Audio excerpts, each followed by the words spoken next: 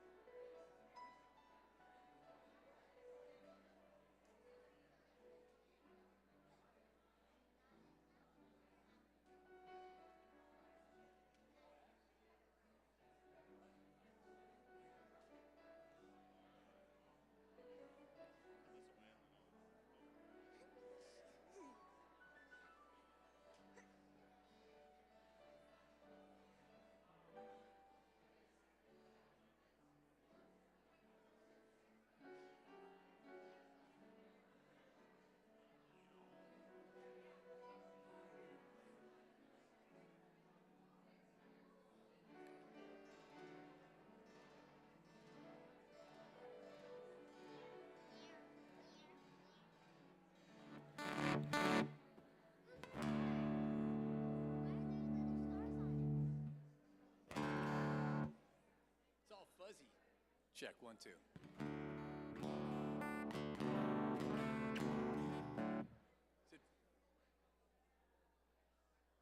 Is it fuzzy?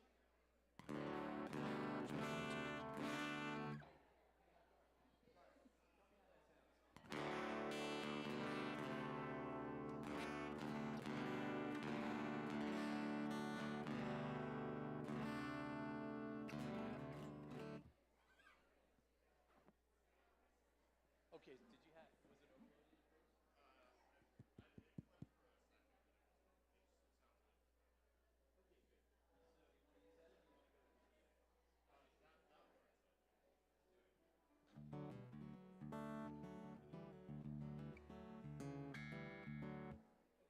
And then if we just have some level on this, we'll just have to do it on the fly.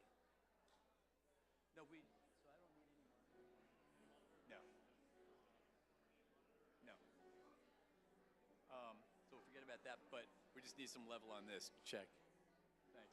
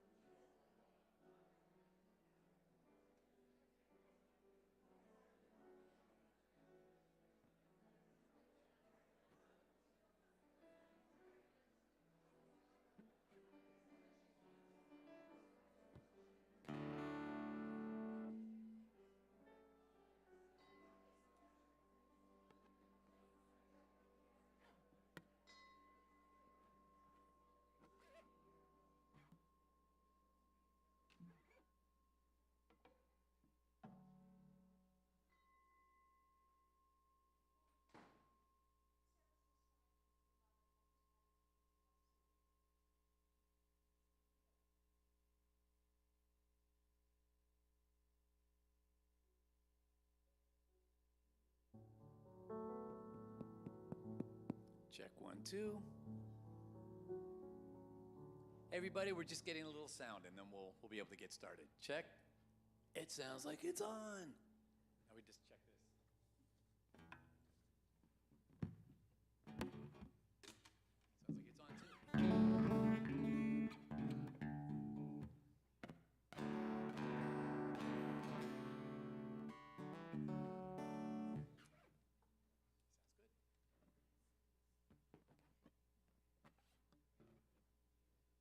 Jasper, I think we're good. We'll just get a level when we start later.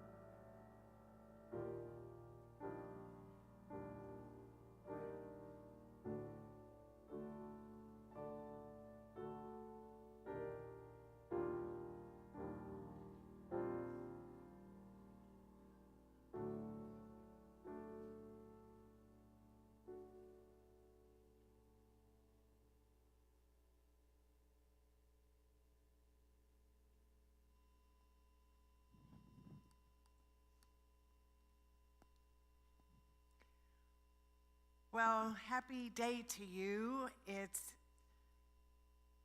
a grand day, indeed.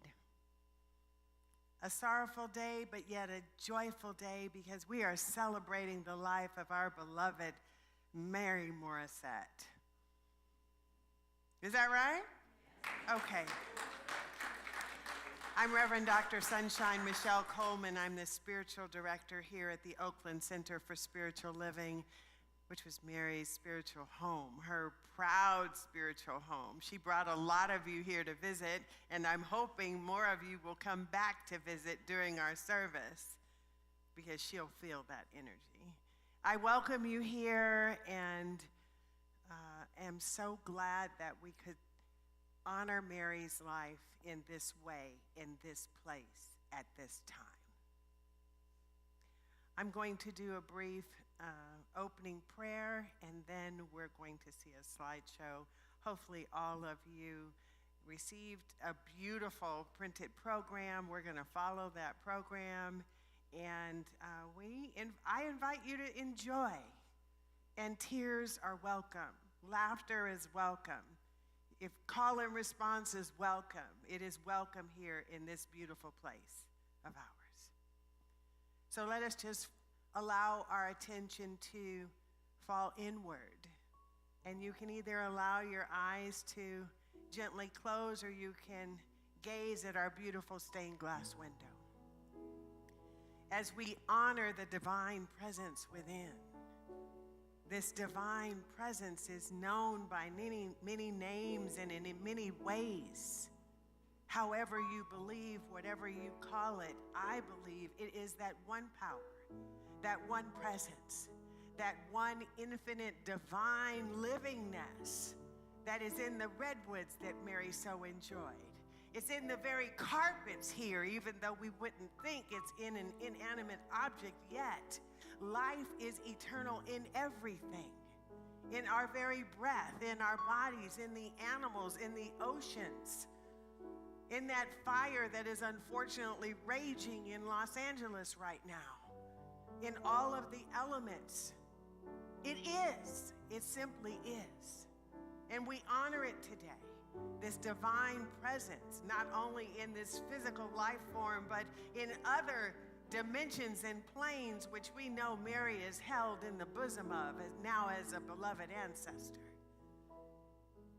I give thanks for this knowingness, for this truth, for us connecting heart to heart, for this service of tribute and honor to our beloved Mary and blessing the Morrisette family and the extended family and families and communities that were so magnetized into who and what Mary is. I give thanks for divine order of this service, for the celebration of life, for the acknowledgement of who she is and how she shows up and how we honored her in tribute. And I give thanks and bless the music. I bless the volunteers who are here, who are doing the sound in the live stream. And I give thanks that we even have live streamers, and I greet the live streamers who are online, who didn't get to come, who get to participate in this service. I bless the food that will be waiting for us afterwards. I bless everything about, every word, every thought, every feeling, every tear, every laughter that is this service today. And know that it's all good, great, grand, and oh so glorious. And we have so much gratitude in advance for it, knowing that it is already fully complete. It is already fully executed. So all we need to do is be in the presence of this one. And so as we release this word together out into the universal spectrum where it is activated and acted upon, we do so knowing that all things are in the divine flow and all is well. I praise the holy goodness for this and know that it is the truth that I speak and that it is done right now. Resting this word in that truth, we let it be. And so it is. Amen. Blessed be Aho. Namaste. Yes, it is.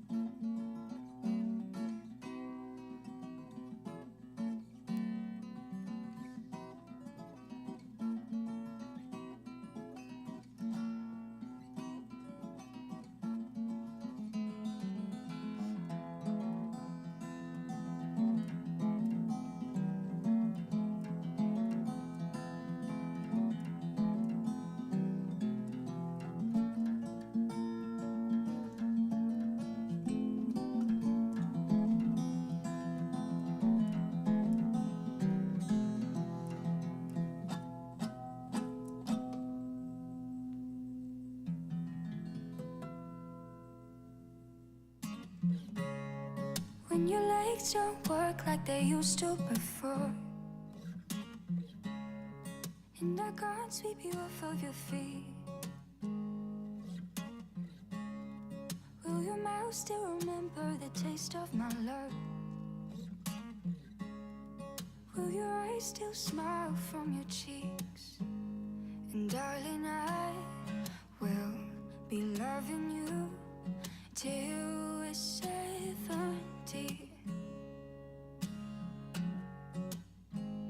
And baby, my heart could still fall as hard at 23.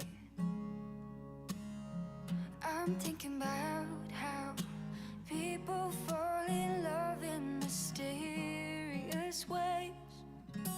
Maybe just the touch of her hand. Well, me, I fall in love with you every single day, and I just wanna tell you I am. So honey, now take me into your loving arms. Kiss me under the light of 1,000 stars. Place your head on my beating heart. I'm thinking out loud. Maybe we found love right where we are.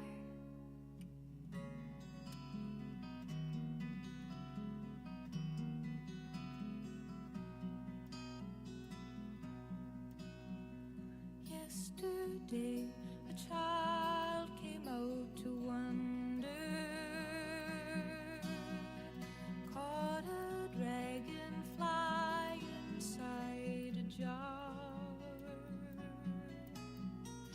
Fearful when the sky was full of thunder, and tearful at the falling of a star. the seasons, they go round and round, and the painted ponies go up and down. We're captive on a carousel of time. We can't return, we can only look behind from where we came and go round and round and round in a circle again. Then the child moved 10 times round the seasons, skated over 10 clear frozen streams.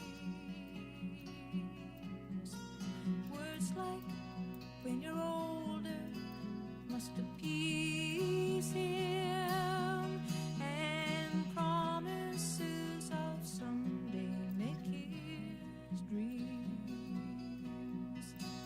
And the seasons, they go round and round, and the painted ponies go up and down. We're captive on the carousel of time. We can't return, we can only look behind from where we came and go round and round and round in the circle again. 16 springs and 16 summers gone now. Cartwheels turn to car wheels through the town, and they tell him, take your time, it won't be long now, till you drag your feet too slow, the circles down. And the seasons, they go round and round, and the painted ponies go up and down. We're captive on the carousel of time. We can't return, we can only look behind from where we came and go round and round and round in the circle again.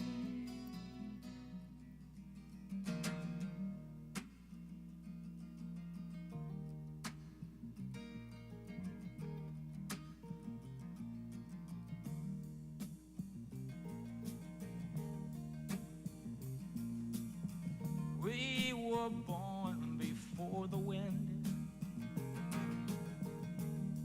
also younger than the sun.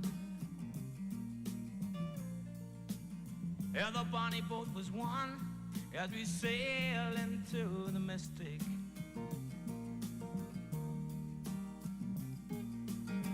Hark now, hear the sailors cry,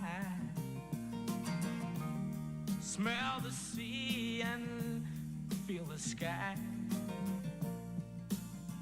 Let your soul and spirit fly into the mystic.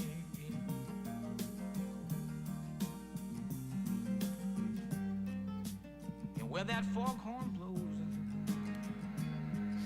I will be coming home.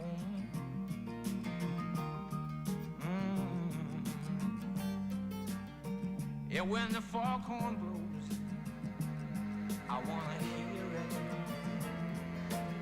I don't have to fear it, and I wanna rock your gypsy soul, just like way back in the days of old. And magnificently we will fold into the mystic.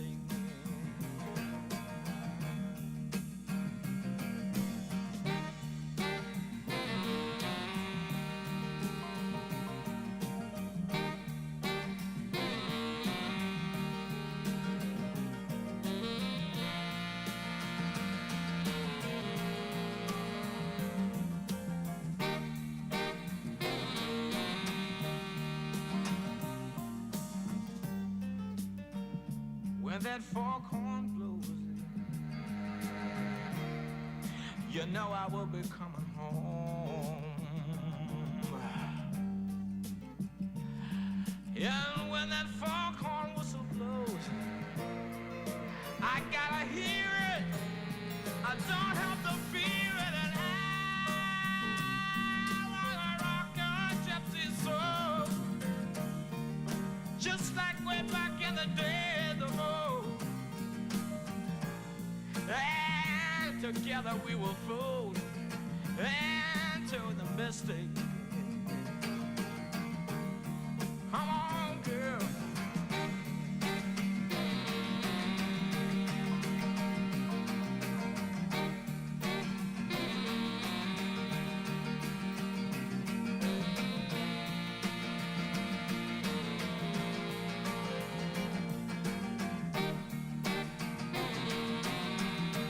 Too late to stop now.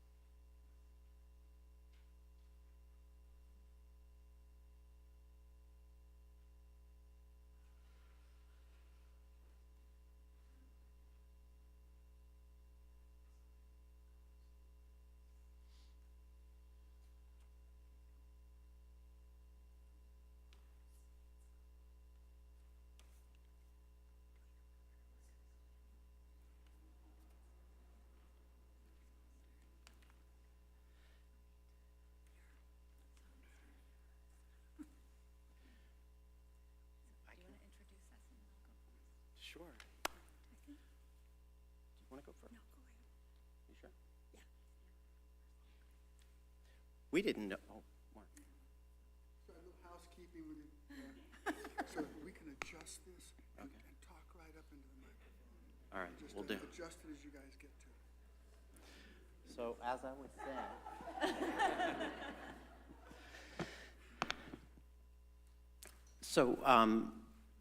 this is, you want Mom to go first? Okay, well, my mom is going to go first. For a second, I thought it was me. 1 second. Mama, you're on. No pressure. All right. Okay. I was asked to share some of my memories of Mary as a little girl. Mary was the oldest of my 5 children. She had 2 brothers and 2 sisters, John, Anna, Joe, and Sarah. My most vivid memory of Mary as a little girl was that she would always love to put her arms around her brothers and her sisters. She also always introduced herself to anybody new by saying, "I am Mary Alice Jennings' girl." At a very young age, she showed leadership and assertiveness. For example, around Christmas and Easter, she insisted that we follow generational traditions. At Christmas, one tradition was that there be a string across the entrance to the living room full of Santa's presents. This string was magic and must not be broken until we all had had breakfast together first. Or, of course, the presents would disappear. Mary enforced this, and to this day, we still follow this tradition. So much more to share. She was a truly remarkable little girl. Her spirit lives on in all of our hearts.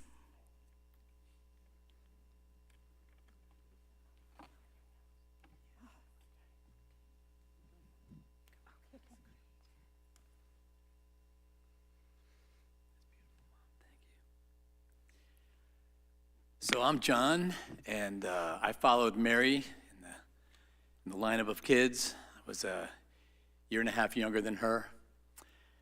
I had an exceptional big sister.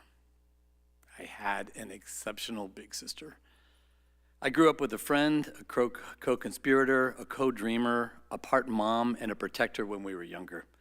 I grew up with someone sure of who she wanted to be, even as a little kid. She was going to be a nurse. She was going to be a mom. She was going to have a family. Those were the most important things to her, and it's exactly where she landed in life. She was true to herself, and she really loved her life. Boy, did that spread out to all of us. The way she loved her life had a real influence throughout our family. Like all of us, she had her struggles, but like the best of us, so many of us can relate. She faced them, dealt with them, learned from them, and then had even more to offer anyone who needed her help, which she always gave freely. Always. Mary was always protective. In almost every childhood picture of us, she's holding my hand. I love that. That was just Mary even when she was little. Our dad was a peaceful man for much of his life, but when he was younger, he had a major Irish temper. And being his oldest son and therefore doing the most idiotic things, I was usually the one in the firing line. One day when he was particularly angry at me and was really letting me have it, I was in my bedroom, the door was open, and Mary walked in. She saw me sitting on the ground crying and Dad's yelling, and she jumped in between Dad and I and just went nuts, waving her arms and screaming at him. We all knew in the house, you don't cross Dad when he's in that mood, but she went at him like a feral cat. It was just crazy. She backed him out of the room. He would not come near. He knew, don't come near. I'll never forget it. And then she sat there with me and just was looking at me. It's okay. That's Mary. And I can't believe it. Looking back, how anybody would back Dad out of the room when he's in a bad mood, it's still beyond me, but she did it. I could see her arms just waving, and she's jumping and screaming, and it was really something. My father, later we talked about this, and he laughed about this so hard. He's like, yep, wasn't going near. So I have just one more quick story.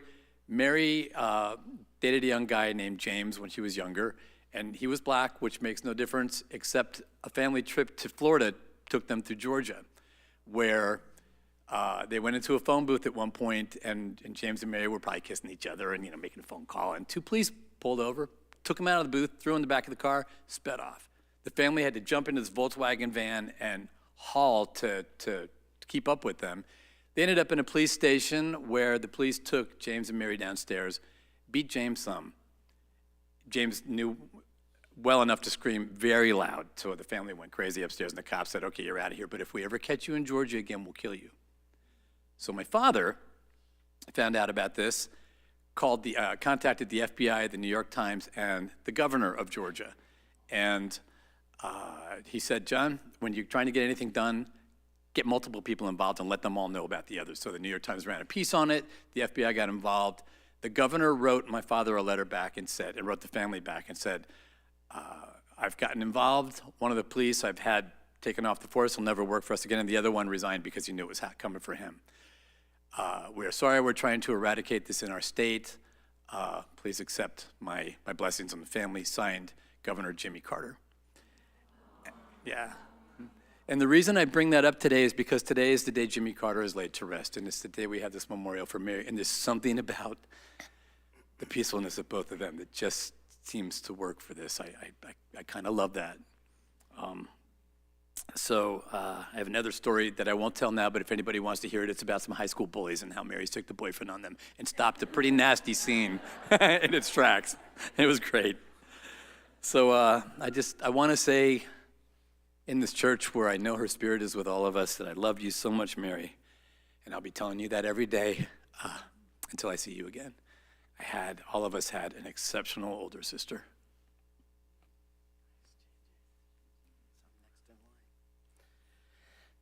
So I am Mary's little brother, Joe, and I filled up the sugar bowl one day with salt. I think I was 7 years old, and I sat at the kitchen table and I waited for somebody to come. It was Mary. And so she poured herself some cornflakes and sprinkled on some salt, put on a little milk, and then went to take her first bite. And after that, there's just a visual that I have. I don't even know if she caught me afterwards, but it was her yelling at me with milk coming out of her mouth and getting up to chase me out of the room.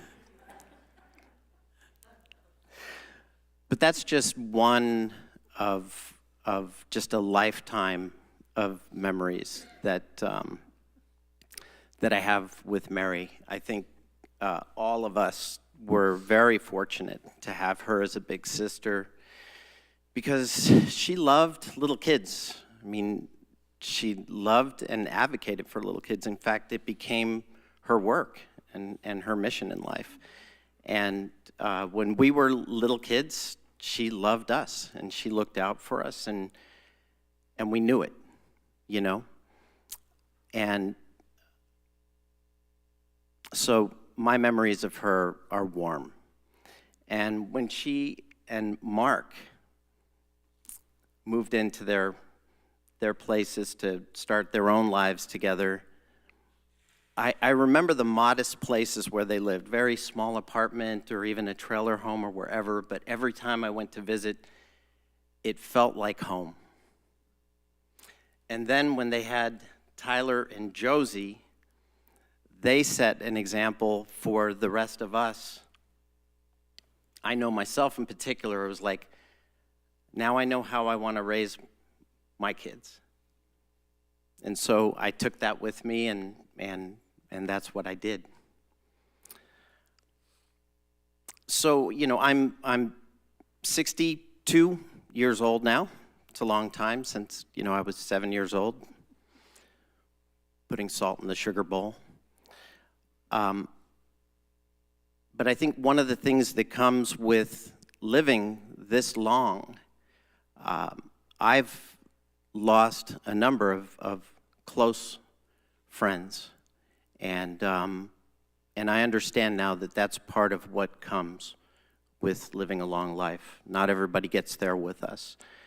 I've also learned that I've never figured out grieving. To me, it feels just discombobulated and dark and just kind of strange. But this time around, there's kind of a warmth baked into it. You know, Mary, we had a chance to say goodbye to her a number of times. We had a chance to go and hug her and love her, and she had a chance to hug us back and to love us back. And so there's kind of a warmth baked into this, what I'm going through. I don't even know what to call it exactly, but there's kind of a warmth because I feel like she's looking out for me like she always did. And it's like my heart is kind of in her hands. And so I feel, you know, this is kind of it feels a bit like a dark winter, but I feel resilient. And I'm thankful for that. And I'm also very thankful that I got to be Mary's little brother.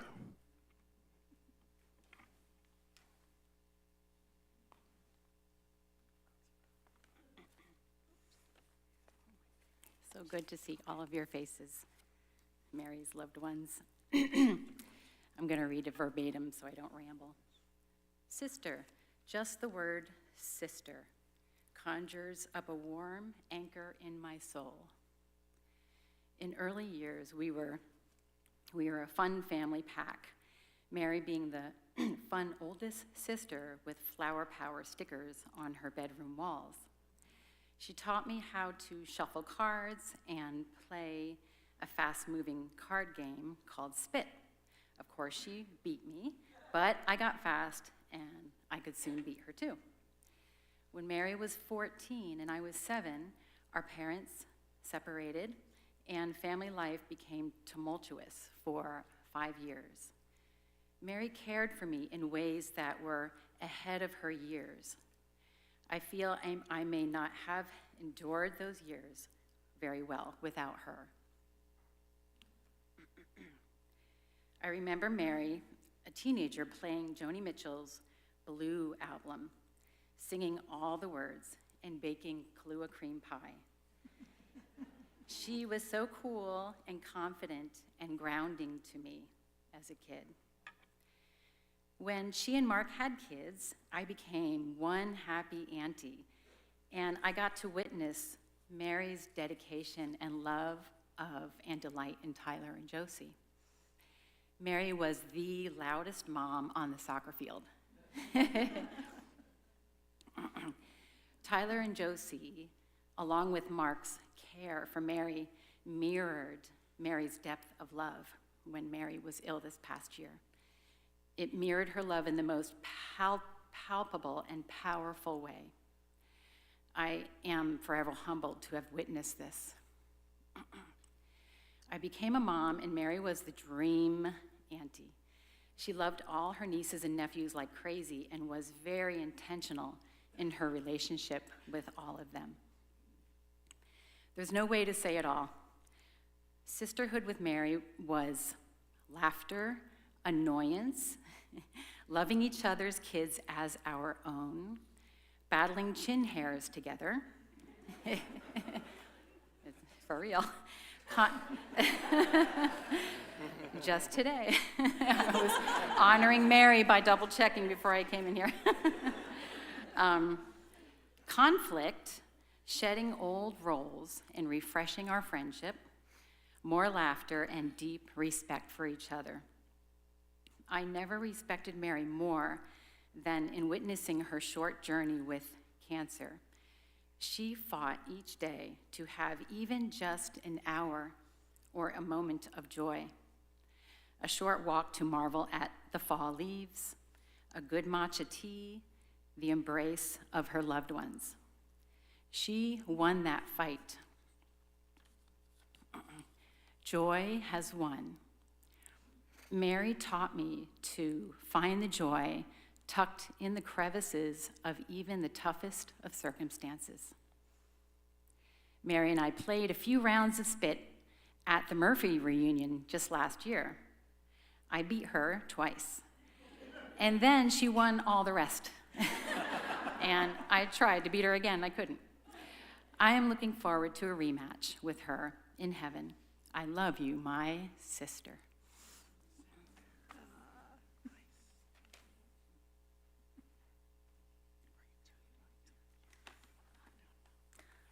Hi, everyone. I'm Nancy.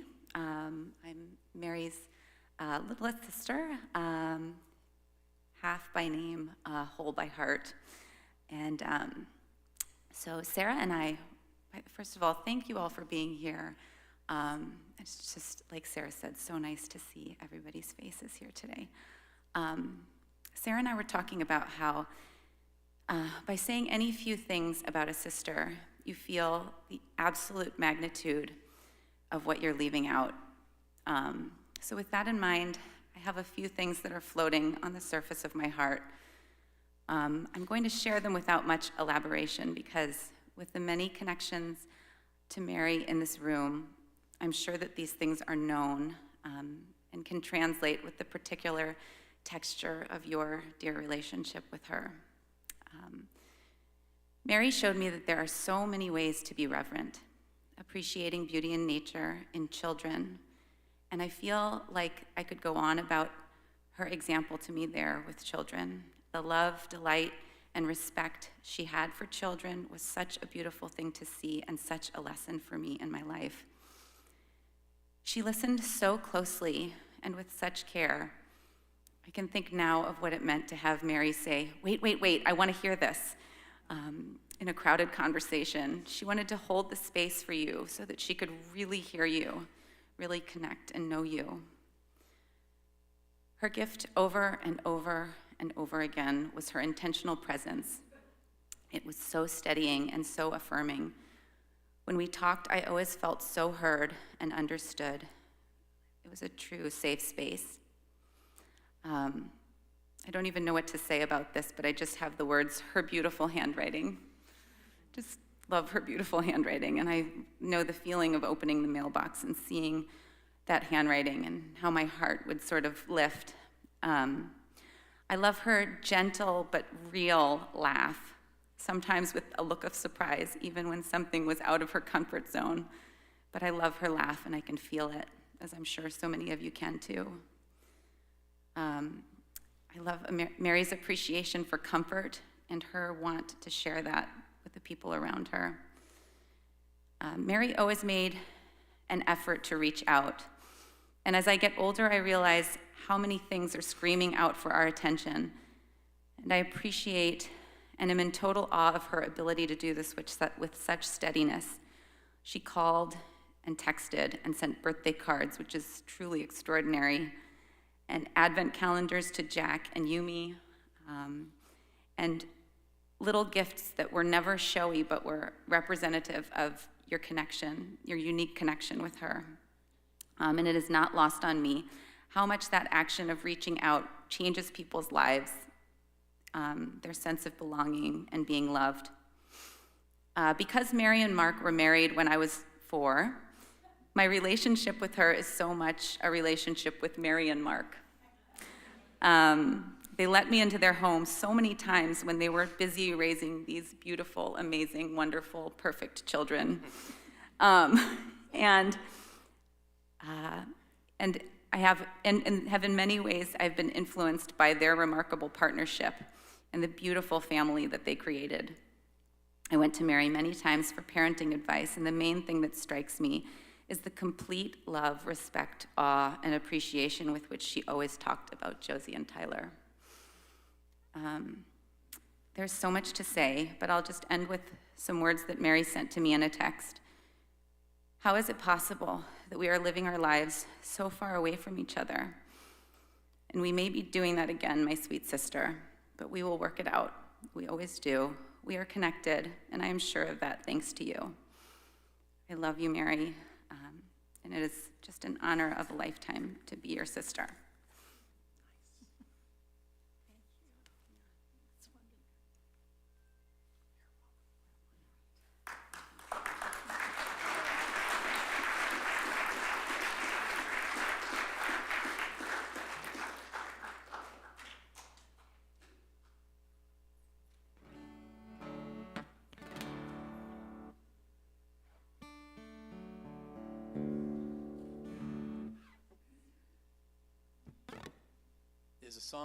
There's a song that Mary loved when we were growing up. I used to play it as a teenager, and we played it at some different family events, and even played it about a week before she passed with the whole family gathered, and she just asked me to play it a few times. Played the elongated version, and she just had her eyes closed. So we thought we would just honor her with this song called Little Martha. It's an old Allman Brothers song. I already heard it in the video. I'm so glad it was in there.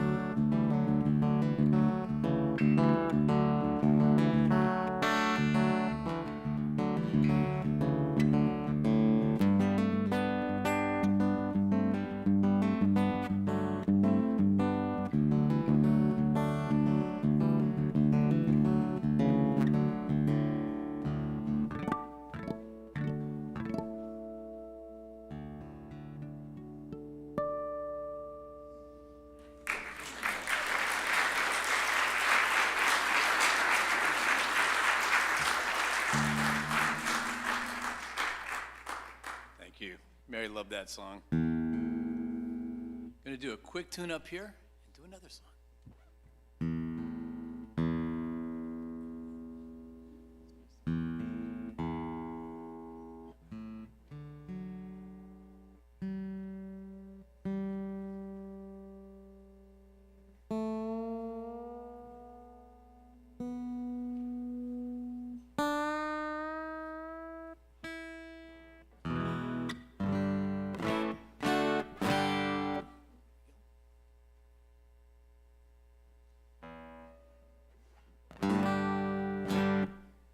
I met Mark when Mark and Mary had been dating for about 2 months, and met an exceptional guy who became a great friend when I moved to Ashland, the town that they lived in.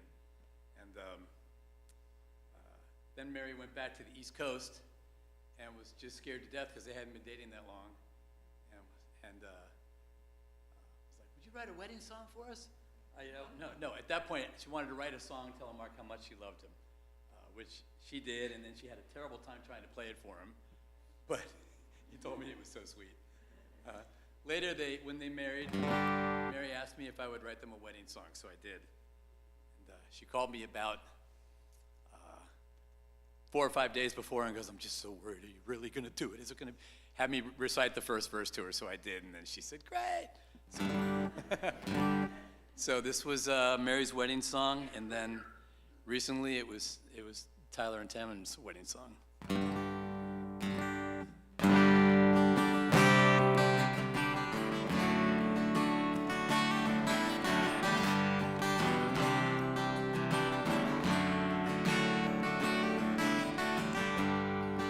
And now the words are spoken,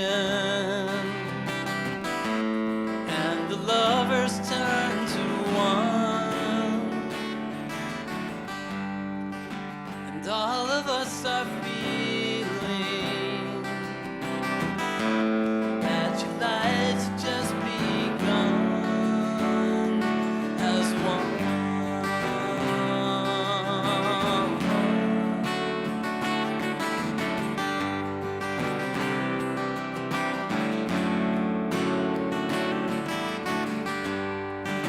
The lies you leave behind aren't really gone at all. Now your love is stronger, and your lives you carry on as one.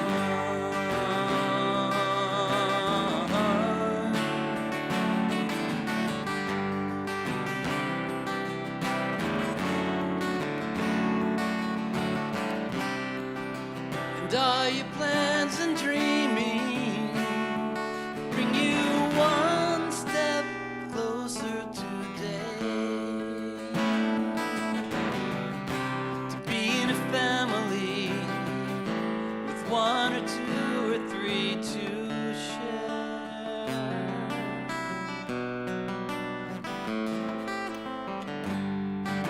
The years ahead are waiting to be all that they can be, with love and understanding. Your children will be free, free to see the world through eyes big and wide. Read a storybook and ride a bicycle for you.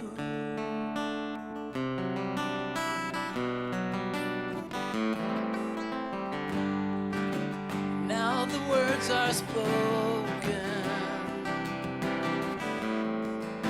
all that's left to do is live your lives in marriage, and your love will see you through, and your love will always be as one.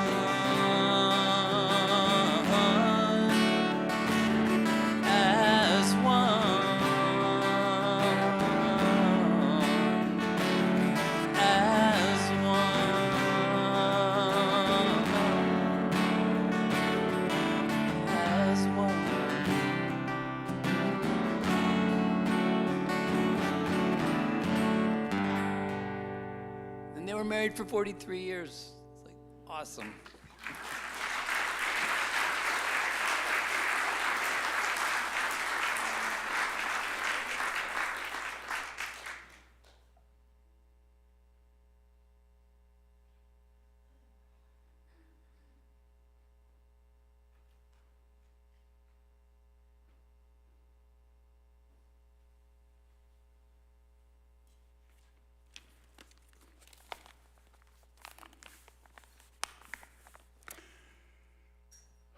Oh, Mary, Mary, Mary, Mary, Mary, Mary, Mary.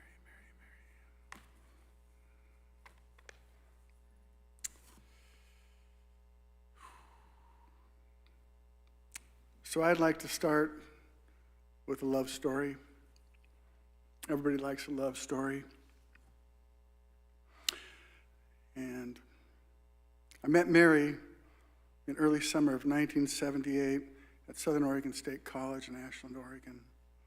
As I was riding my bike across campus, I spotted a group of young ladies doing landscaping, planting flowers, and I rode up to that group and zeroed in on one very attractive young girl in shorts, tank top, headband, sweating in the hot Southern Oregon sun.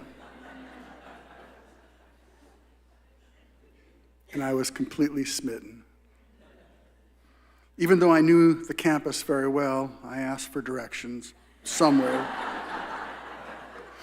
And I tried to engage in small talk, and I learned that they were the grounds crew.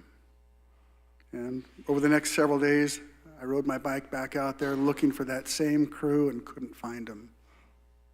Fast forward a few weeks later, I was at my apartment, hanging out, sitting up on the roof of the laundry building, overlooking the pool, when I spotted that very same girl across the parking lot. Now, if you knew me, you know that I quickly scampered down off that roof, went across the parking lot and walked straight up to that dazzling young lady. And when our eyes locked, we recognized each other from that earlier encounter on my bicycle. We both smiled, just gazed into each other's eyes for a few magical moments. It turned out she had a boyfriend who lived in that apartment, and she was there to meet him.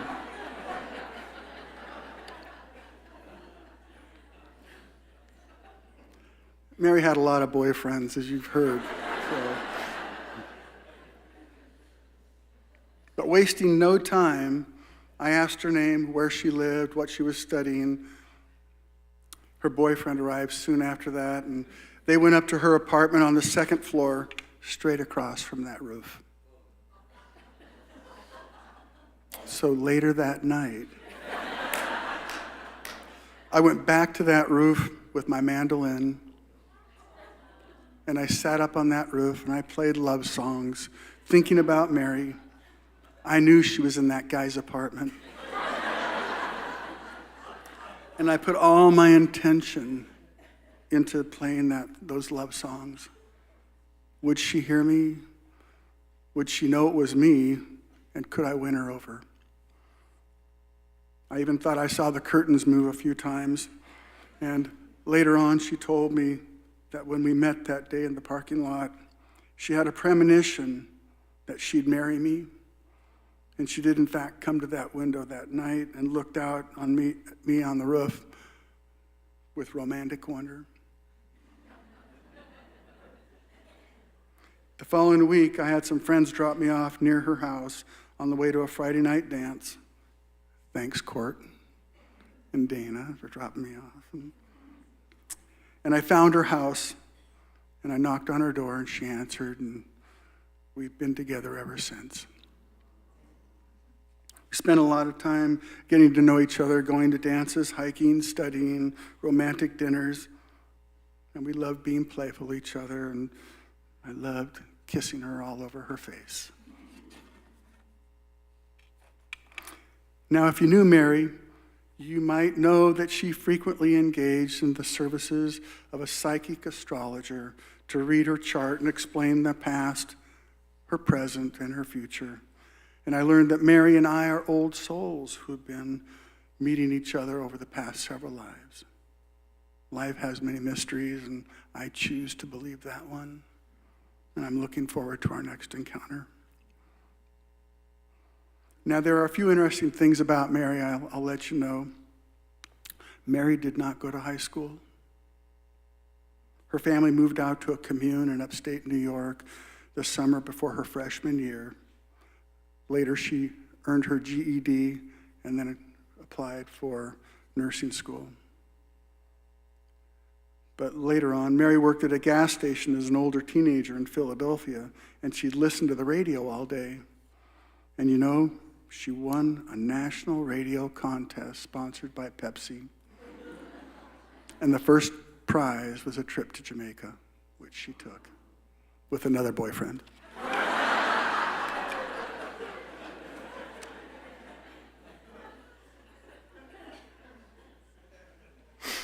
Mary was legally blind in one eye. She was hit in her left eye by a baseball as a young girl and couldn't see very well out of that eye. She wore very thick contacts and reading glasses, but she was tenacious, and she never let that slow her down. If you knew Mary, you'd know that she wanted to go to nursing school, and she looked hard to find a school that had a 2-year associate's degree program. In the days without internets and computers and cell phones, she went to the library and found out about a very small town and a small college in Southern Oregon, and hoping she might have an adventure. As she said, maybe meet a few Native Americans or a cowboy and become a midwife. If you knew Mary, you'd know that she accomplished 2 of those things. While she did not become a midwife, in 1978, after we met, she and I participated in the university's summer coursework program in the anthropology department, shamanism, with the Lakota Sioux shaman Wallace Black Elk from South Dakota. This unique event attracted tribal leaders from all over the West Coast, and it exposed us attending students to the Native American living practices, customs, spiritual philosophy, and ceremony. We learned about social gatherings called powwows, how to build arbors, and participated in spiritual ceremonies, included the sacred rite of the sweat lodge.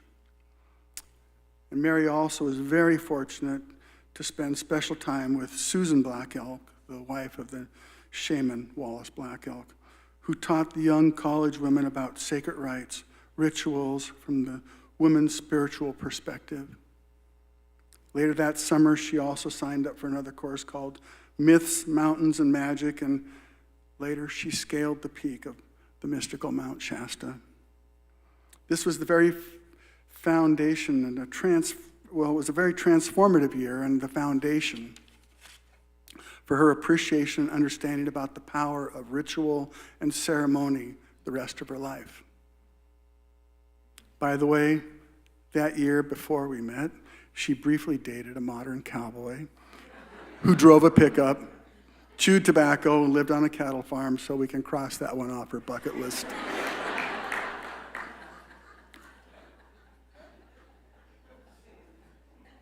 If you knew Mary, you knew that she and I traveled the United States and Mexico for a year after we graduated from college. We drove our little Volkswagen Bug up to Seattle, across the states to Bar Harbor, Maine, down the east coast of the Florida Keys, and then back over to San Diego, and then up to my hometown of Springfield, Oregon, where we were married on a hill overlooking the Willamette River, surrounded by both of our large families. During that trip, we zigzagged through the states, camping in national parks, state parks, wildernesses, and even camped on the side of the roads. And we stopped in New Orleans, we flew down to the Yucatan Peninsula, and we spent a month touring the jungles and the coastlines and the ruins of the ancient civilizations in Mexico. But if you knew Mary, you know that she had a plan and wanted to continue her education, and still without the internet, found a university, Sonoma State University, up here in Santa Rosa, Cotati area, and to get her bachelor's degree, and we decided to move there and ended up in Cotati in 1982. But first we moved back to New Orleans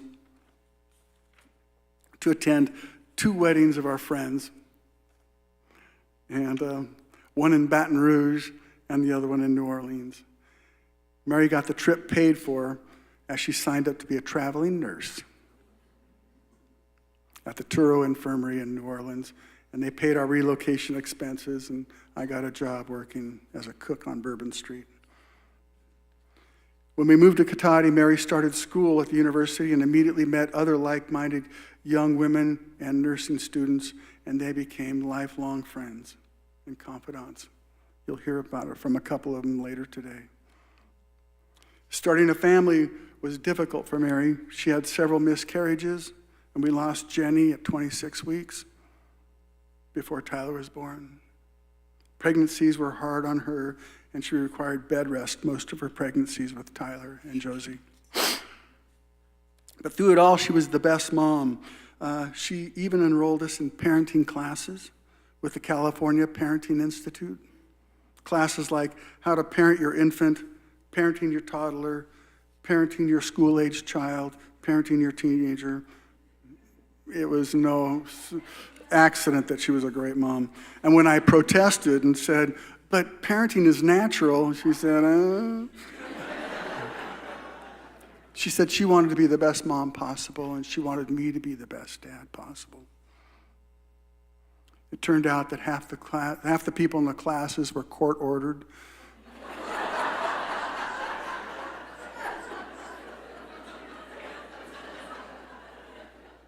But you know what? We were right where we needed to be because we were all dealing with the same thing, and the same issues, and we were thirsty to learn the ways and techniques to prepare ourselves to raise these precious children we were bringing into the world. And if you knew Mary, you'd know that she was quick to offer up a prayer for a meal, a gathering, any significant family event. She'd gather us in a circle and offer up intentional blessings for our activity at hand. And if we were starting a new job or a school, we would get seated in a chair in the center of the kitchen with our feet soaking in a warm tub of lavender water while getting our neck, hands, and faces massaged. You guys remember that? Yeah. And then a smudge of sage and prayers of good intentions for our success and well-being in our upcoming journey. This was Mary's love superpower and her ritual superpower. And we always felt very loved. And then one of the traditions that Mary and I did, she suggested that every night before we go to bed, before we went to sleep, we would lay in bed and give each other 3 appreciations about each other, something that we saw them do that day or knew that they were doing. It could be as simple as, I appreciate how you cleaned up the kitchen today.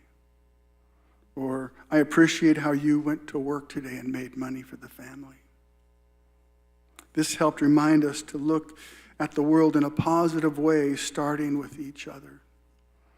And it was also hard to go to sleep mad or irritated at somebody who you just thought of all those good things about. This is very good for our relationship.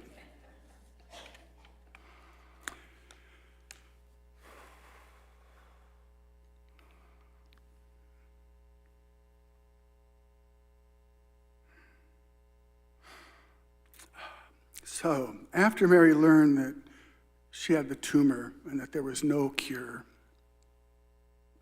we were devastated and went about the hard task of telling everybody in the family in person. This was among one of the most difficult things she had to do.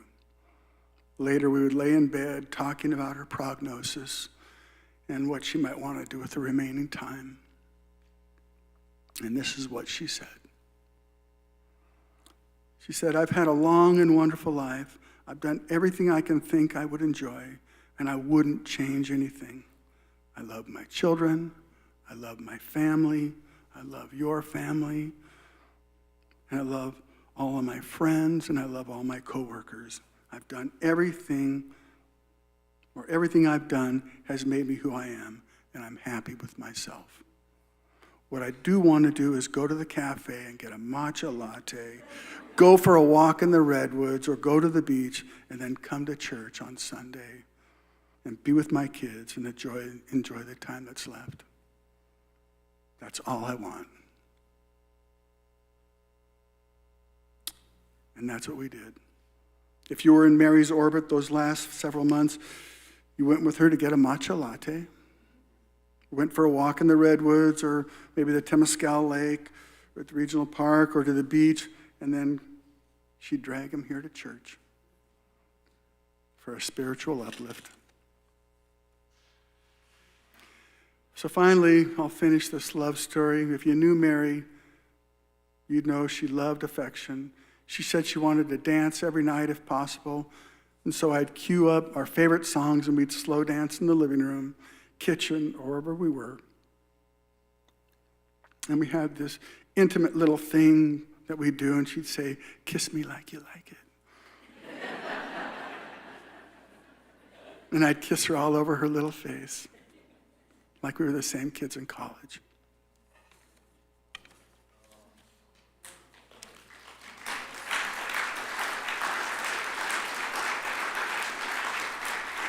Thanks.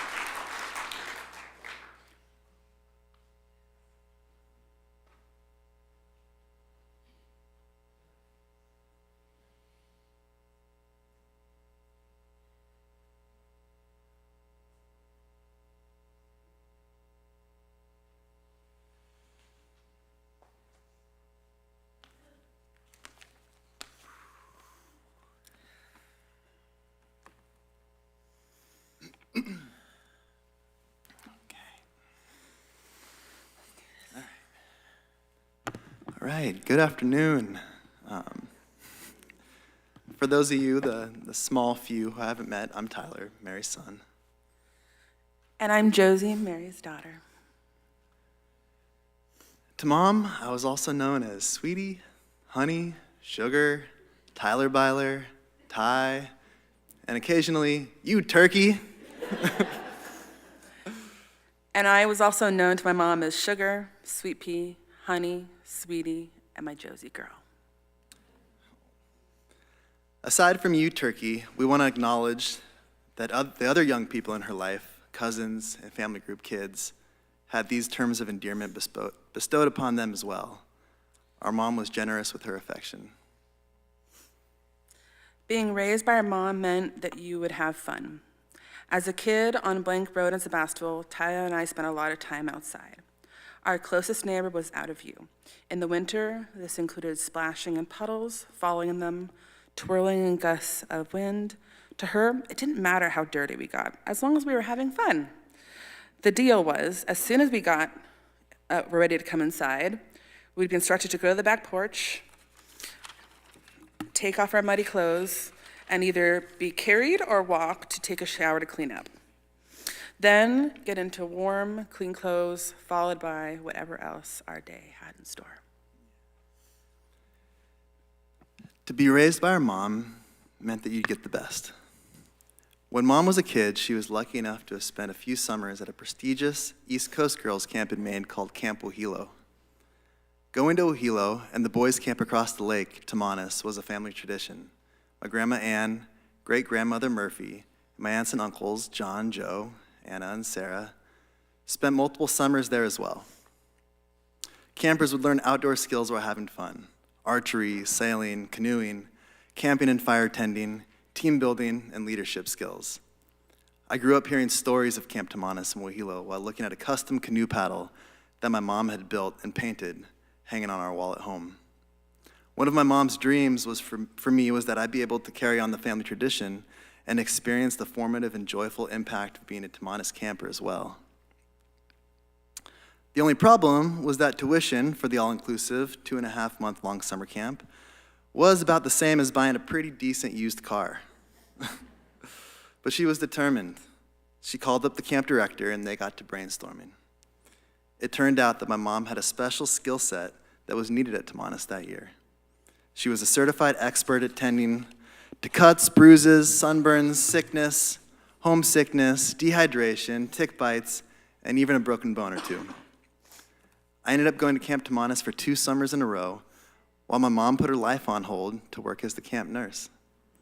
Her selflessness made a real impact on me, and I have to imagine that she secretly loved being able to keep an eye on her boy, mama bear that she was. She stayed in a little cabin in the woods, enjoying mother-daughter time with Josie, and I had 2 of the best summers of my life. They were truly formative years, made possible because of my mom's ingenuity and desire above all else to give the best to her kids. Being raised by my mom meant you'd feel heard and protected. An often outing we had was to go get a treat and a drink. When I was younger, it was a raspberry Italian soda for me, a mocha for her, plus cookies from the Spastel Cookie Company. As I got older, I snacked at Starbucks, including tea or coffee. After we found our table with good lighting, which was in a somewhat quiet area, my mom had gotten all of her cushions in her chair just right, we could talk. Sometimes serious, humorous, gossip, catching up on each other's lives. As many of you know, my mom was the queen of needing all the details. Our sit-downs would often become a mix of therapy session, an interrogation that was, of course, loving. My mom needed to know every aspect of the situation. What happened? What I was thinking? Why? That I had thoroughly done my research to be prepared. If another person was involved, what did they say? Facial expressions, back history on them to better understand actions. She needed to understand it as if it had happened to her, his love of detail I'm talking about.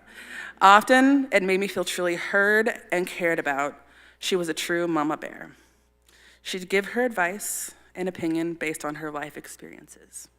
Friends of mine that came over would remark later that no one had asked them so many detailed questions about fill in the blank. When I became defensive, she'd say something along the lines of, "Don't get that tone with me." In reflection, I know it came from love, empathy, and caring. She instilled in me that if she was there or not, that I was my own best advocate, to ask respectfully and honestly, even demanding or strongly, for what I needed to be successful. My mom would say, when you are out in the world, you are your only and best advocate.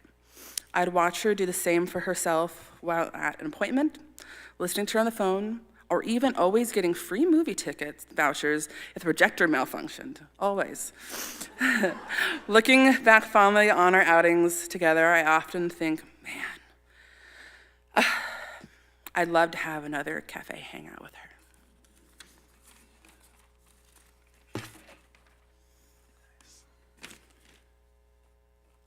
Mom was gonna do what she had to do to connect with us. One of the biggest smiles I've ever gotten on my face is when I was a teenager and my mom told me she could appreciate one of the heavy metal bands that I was into. I'd hop in her car after school and blast musical acts like Nirvana, the Pixies, Tribe Called Quest, Dr. Dre, to name a few. Somehow it was all heavy metal. She'd laugh and shake her head at most of it, but when something would catch her ear, she'd ask me questions like, "Why do you like these guys? Can you translate what they're saying? What's the message? Who's in the band? How old are they? Are they good people?" One day after school, we were driving along listening to Calm Like a Bomb by Rage Against the Machine. Let me rephrase that. I was listening to Calm Like a Bomb by Rage Against the Machine. My mom was tolerating Calm Like a Bomb by Rage Against the Machine. After going through the usual questions, what's the message? Are they good people? She said, "You know what, Ty? I can really appreciate this music. I don't get it 100%, but I can tell it's really high quality, and I'm glad you're listening to high quality music." For a Sheryl Crow, James Taylor listening gal, that took effort, and I'll never forget her putting her own musical tastes aside for a moment and giving me that validation as a kid. This is one of those moments that would set the tone for how we'd share and talk about our artistic tastes and really anything going on throughout our lives, throughout the years. The main goal was always to learn more about one another through the things that were meaningful to us without judgment. If you knew our mom, you knew that she wasn't afraid to ask the important questions. She was the master at getting past the small talk, an interrogator at times, like Josie said, but wanted to know the people that she loved on a deeper level. She made you feel heard, seen, and loved. Being raised by our mom meant that you would care for others. There would be times when we were driving together, I'll admit, I get irritated, impatient, or judgmental of other drivers. For example, when people drove too slow. She would say, "Be patient. You never know what that person is going through." Her reasoning went back to when she was pregnant with each of us. My mom had difficult pregnancies that included a constant extreme nausea. She would drive herself to go swimming at the local YMCA, or as she called it, the Y. After, she would go get one of the only things she could keep down, a shrimp salad sandwich at Aragone's. My mom would be trying to drive with a big belly, arms stretched out to the steering wheel. That meant she often would drive slowly. She told me other drivers would honk and get impatient with her. These outings were a form of self-care. She valued that greatly. Now, when I get impatient when driving, I remind myself, you never know what the other driver is going through, and it soothes me.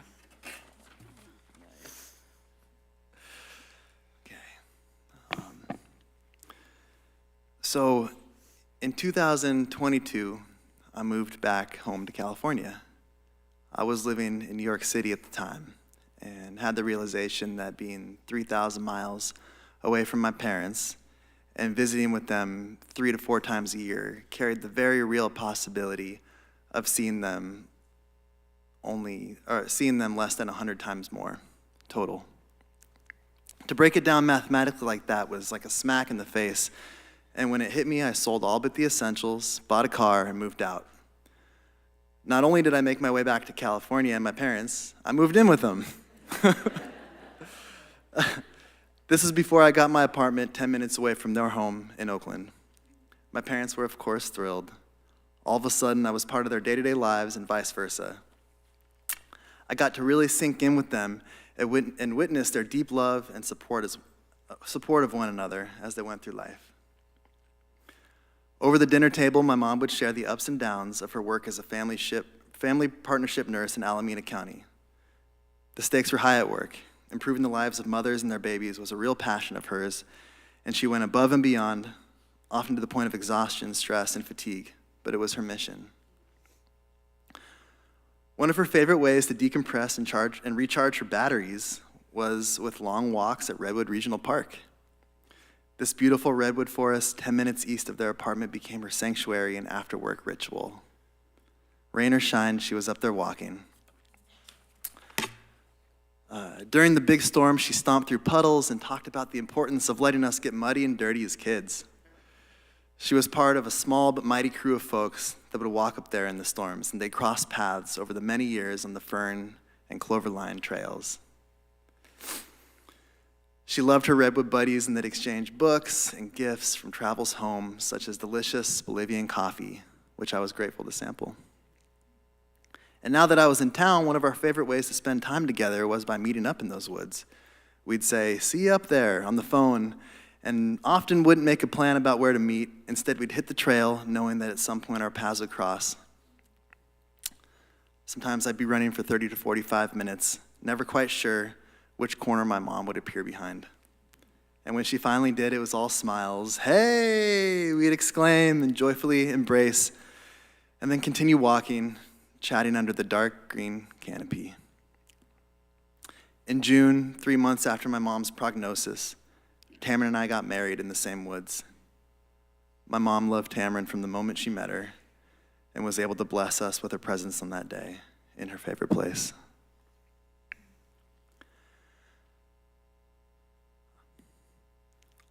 I still run through those woods regularly. And envision my mom walking along just around the next corner, just out of sight. And one day, I will catch up to her again.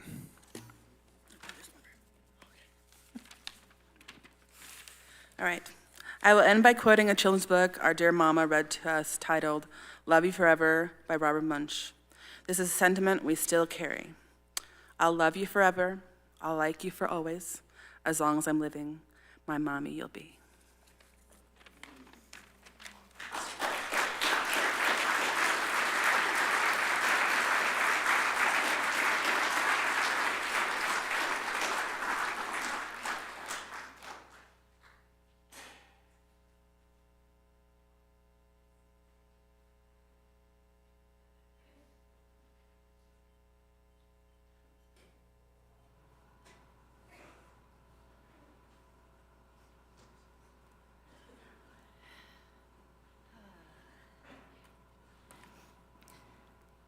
It's been a real pleasure listening to all of you talk about the Mary that we all know and love, and we've known all these years. A real pleasure. Thank you all. So, regarding friendship, I believe that what most of us have in common regarding Mary's capacity as a friend is that she approached us first and invited us to participate in her being, her joy, her ability to be there for us, to be non-judgmental and compassionate in her relationship with us, in good times and in bad, in sickness and in health. In my case, Mary approached me at the library at Sonoma State 42 years ago. It was our first day of classes. She came up to me and said, "You look so familiar to me. I've been trying all day to figure out where we've met before." After a quick perusal of our individual travels and places we had lived, which actually took quite a long time, you could hear how far they traveled, I could confidently say, "No, I don't think we've met before," with Mary joyfully responding, "Okay then, it was in another life." At this point, I'm really hoping that that's a thing. So Mary showed up in times of need. She drove me to the hospital when I was in labor with Nora, assisted in Nora's birth. She assisted in many of the births of the kids in this room. At another moment in time, she ignored hospital rules, as Mary broke rules when it made sense to her, to bring me a late-night chai as I sat at a bedside of a loved one. Another place where she met a need 4 years ago when my mom passed away, Mary set up a time to come and talk with me, sitting on our porch, a cold, dark night, 6 feet away, because it was the pandemic. She wanted me to talk, and she wanted to listen. She was a huge comfort. On the really fun side, Mary was a main force in creating what evolved from a collection of friends into our family group, which resulted in time spent together over these 40 years, 9 families, 18 children, who are now adults, celebrating or being present to what was important in each of our lives, as well as seasonal rituals, birthdays, graduations, retirements, sorrows. As was her style, Mary approached each of our children through the years, showing them her sincere interest and support, creating rituals to celebrate them, giving them her friendship. Family group kids are here today in larger numbers, or here in spirit, out of respect and love for who Mary is to each of them. So Mary and I shared 42 years of friendship, talking about everything under the sun, talking at length, enjoying the joy, the happiness, sitting in cafes, having those matchas at the end, although I don't like matchas. I told you, you're never gonna turn me on to a matcha. We walked the beach, we walked the redwoods, we sat in our homes, we were on the phone, we had many lunch hours during our work lives as nurses. We discussed private and family life, sharing our work as nurses, and basically everything under the sun. Mark asked that I speak of what Mary taught me about friendship and life, and as I hope that is expressed here, is the value of being a thoughtful, kind, fun, joyful friend who shares all that life has to offer through the years.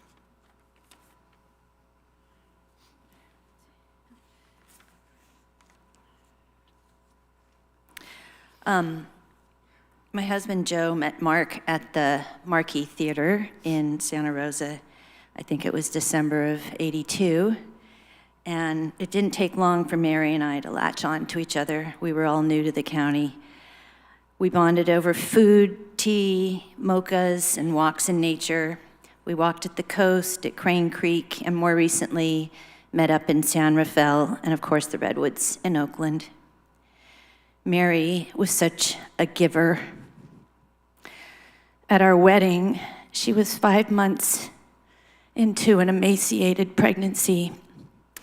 She rose to speak in a gauzy pastel dress. She stood with Mark to read our wedding poem. Though she could hardly eat and should have been in bed, she would not miss the giving. Mary was also always game for fun, skinny dipping, games, dancing. I never will forget an image of Mary at one of our birthday dance parties. She had her short hair slicked back with this form-fitting, sexy dress, black and red, and bright red lipstick. She looked gorgeous and lit up the dance party. Mary also was a teacher for me. One of the things I loved to notice was her attention to self-care. We once went on a weekend rafting trip on the American River together. I loved watching her take time to meditate by the river, to be still. Thank you for that reminder, Mary. What I will miss most about Mary, that Nancy also touched on, was that she was such a good listener. Present, willing, inviting. She would glory in my joys and grapple with my difficulties. She could help nudge out fear, despair, shame, to refill my basket with confidence and hope. She had magical insight. Her soft, merry voice would soothe and bring instant comfort. She could move oceans with her gentleness. So many times I would turn to Mary and she would turn to me for parenting solutions. So many times I would find myself unsure. She would always show me proof and find a good reason to say, "You are such a good mother." That's how she listened. That's how she's listening now.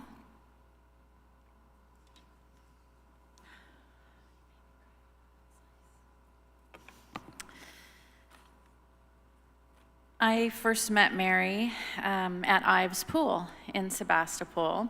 I had just moved to Sonoma County from Oakland. I was a new mom for the second time. And our older kids were in the pool. Tyler and Emily were in swim lessons. And Josie and Mary were sitting in the shade. And I walked in with my little 3-month-old baby Laura.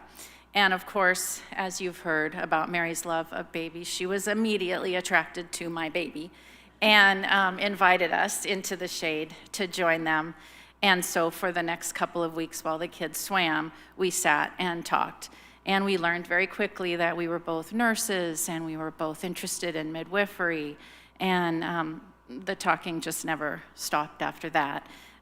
She brought me into the family group that so many of you have heard about, which became aunties and uncles and cousins for our kids, and also a really close circle of women for those years that our children were growing. As you've heard, Mary especially took genuine interest and loved all of our children, and they all really loved her back, as evidenced by how many are here today. Mary was a fully present friend. You've heard about how she listened and helped, but she was also a friend who could be vulnerable with her own pain and her own struggles. It's a rare kind of friend, I think, who can give wisdom and support as well as ask for and receive it in equal measure. And that resulted in a special kind of intimacy in our friendship. She was also a mommy mentor for me. Her kids were a couple years older than my kids, and so when mine were toddlers, I would call her, what do I do? And she would, calm me down and loan me a book or give me some advice, or mostly just reassure me that it was all going to be fine. And then she came to me for support around personal things she was grappling with, and later for guidance and wisdom when she followed me into nurse-family partnership. And we had a lot of good conversations about that work and what it meant to us and how to get through the day sometimes. Mary loved, as you heard, creating rituals for her family and sharing them with friends and our family group. We made Advent wreaths together every year. We lit Hanukkah candles and exchanged goofy gifts at Christmaka. We danced around the maypole with flowers in our hair. We drank cocoa and watched fireworks in Sonoma for 4th of July. We fed the kids spaghetti and took them trick-or-treating in the neighborhood. We celebrated special birthdays, bat mitzvahs, and graduations together. Mary was always the last one to leave the party because it took her a really long time to say goodbye. She had to go around to every single person and say goodbye and connect. So that took a minute or 2 or 5 or 10 for her to fully, make that the rounds. I know that she hated to leave this one so early. and I like to imagine her dancing with the angels now. I had the privilege of accompanying Mary through her last 10 months with Vicki and Roseanne, and our remarkable friend never lost all the qualities that made her so special. Her concern for others, her ability to connect, even when language began to fail her, her big belly laugh as she mimed and I fumbled to complete her sentences for her, or with her. Her love of nature for the peace that it brought her. Her stubborn insistence on the perfect matcha latte at the perfect coffee shop. And her huge heart full of love for her family and friends. We were in Seattle visiting Laura when I received Mark's text in February informing us of Mary's diagnosis. And when Laura and I were talking about it, she said, "I always thought that Mary would dance at my wedding and hold my babies." And because that's who Mary was, she celebrated our joys and she loved our babies. She's the sister of my heart, and I will miss her and love her forever.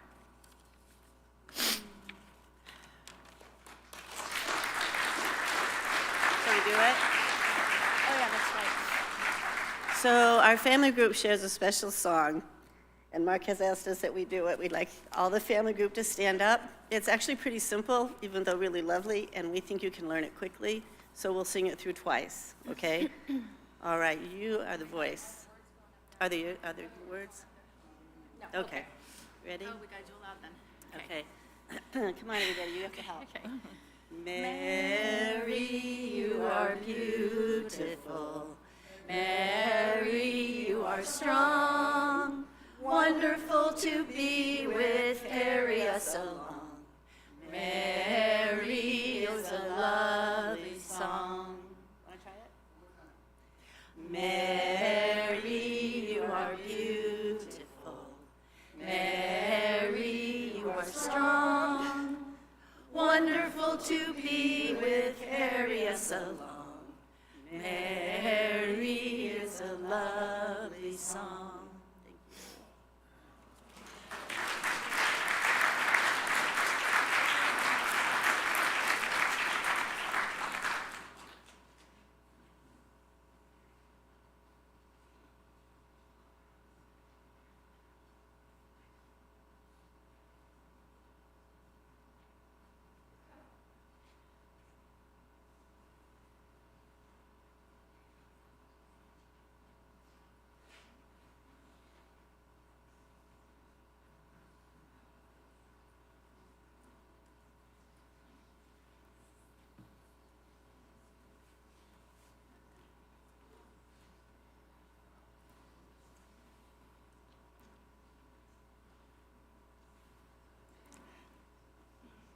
Hello, everyone. It's so warm and loving in here, and I know Mary would have loved this. So first, let me say we're not all going to speak. We are her colleagues and coworkers from Alameda County Public Health Department, and everyone up here. Thank you.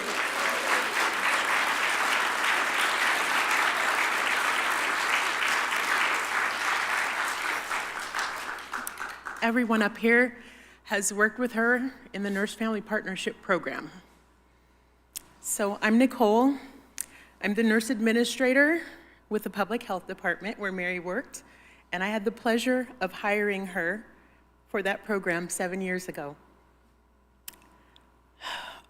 So we're here because we loved Mary, and we respected Mary, and we respect her family, and we love her family, and we wanted to show that. We even have one of our nurses who used to work with Mary in NFP all the way from Seattle. Thank you, Francis. When I met Mary, I could tell that she was a genuinely kind and loving person. She had a deep desire to help moms and babies and to serve our community, and that was evident just from the first interview with her. I remember going to my boss after I interviewed her, and I told her how excited I was to have Mary because I knew that our clients would love her, and they did. They did. She was so committed to her families And if any of her clients were suffering, then she was suffering too. And so that would turn into a cause for her. And she would do everything that she could to help them out of their situation, to help them grow, to help their babies be healthy, and to help the moms be healthy. And because of her, so many moms and babies in our community now have a better start in life because of her commitment. And I was thinking about it today, and I was wondering, how did she graduate so many clients? They have to stay in the program for 3 years in order to graduate, and that's really hard to do, really, really hard. And I know now that she did it because, like everyone else said, she really listened to people. She heard them, she talked to them deeply, and she loved them, and it was really evident. And so they felt cared for, and they stayed. They didn't want her to leave. So I'm really proud of her for that. And I know that you guys are proud of her too. And we wanted to show you just how amazing a nurse she was. Yes. So, Mary put all of her time and effort into advocating, caring, and loving the moms and babies she served. Mark, Tyler, and Josie, she talked about you all the time. She told us many wonderful, loving stories about all of you. She talked about her siblings. She talked about her nieces and nephews. She talked about how happy she was that Tyler met you and married you. Yes, so we're happy that we're able to be here and meet you all and let you know how much love we have for her. And on behalf of the Alameda County Public Health Department, we thank Mary Alice Jennings Morrisette for her service to our community.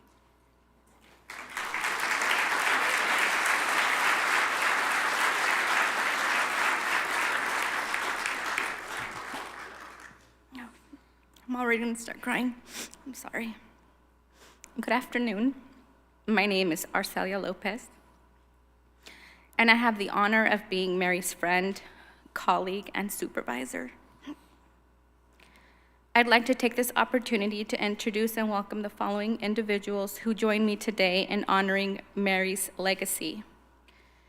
Victoria Yambao, Nada Novakovic, Melanie DeMonte, Armaria Arnett, Kista Abenoja, Christine Castro, Marta Cardenas, Rashonda Thompson, Kimberly Blakenston, Cecilia Gutierrez, Nicole Smith, and Frances Corcoran. As Nicole mentioned, Frances and Mary began their work with NFP together, and Mary cherished their friendship immensely.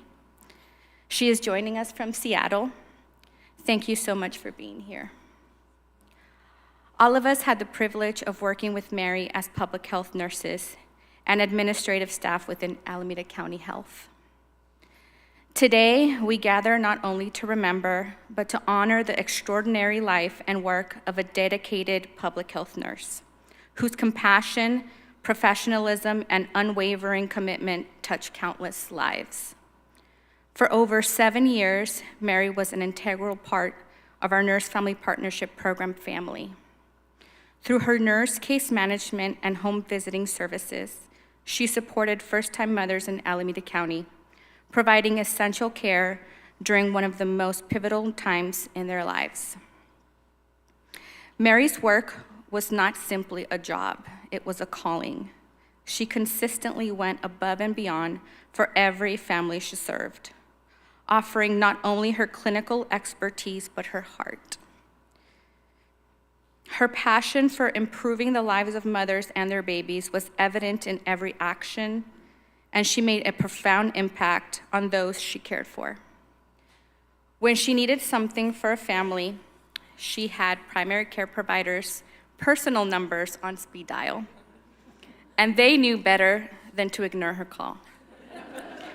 Mary brought joy, wisdom, and a sense of calm to families who often found themselves navigating the unknown, seeing each family as more than just a case, but as an extension of her own. She became a source of guidance, reassurance, and care, touching hearts in ways that will never be forgotten. During our COVID deployments, Mary was a tireless worker focusing on contact tracing and assisting home care facilities.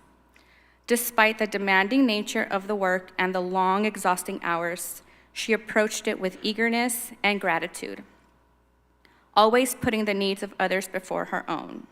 Her dedication and positive attitude were unwavering, and they served as a true testament of her selflessness and commitment to those she served. As a team, we traveled together to Denver, Chicago, and Seattle for trainings and conferences. And throughout those experiences, Mary brought positivity and energy to every moment. We enjoyed each other's company, especially when talking about family, food, the redwoods, Hawaii, and sea turtles. Being Mary's supervisor was an absolute joy. Our conversations about work and family were endless, full of laughter, deep reflection, and mutual respect. She had a remarkable way of making every discussion feel meaningful, often focusing not just on the challenges we faced, but on the beautiful moments as well, whether in the work we did or in our special lives. I recall how much she loved her children, Tyler and Josie. She would share the most heartwarming stories about them as they were growing up, fondly reminiscing about the joys and challenges of motherhood. Her affection for them was evident in every word, and she often reminded me to cherish every hug from my own children, Saulito and Sammy. She was always eager to hear about my family as well, and her genuine interest in those stories was a reflection of her loving nature. Mary's love for Mark was simply beautiful. She would share the stories of places they visited together, both before and after their marriage, painting a picture of a life filled with shared memories and adventures. I distinctly remember a moment in Chicago when we asked her about marriage advice. And her answer was profound yet simple. I am madly in love with Mark. It was clear to see the love and care Mark had for her as well, especially when he would cook for our staff meetings and make her breakfast burritos.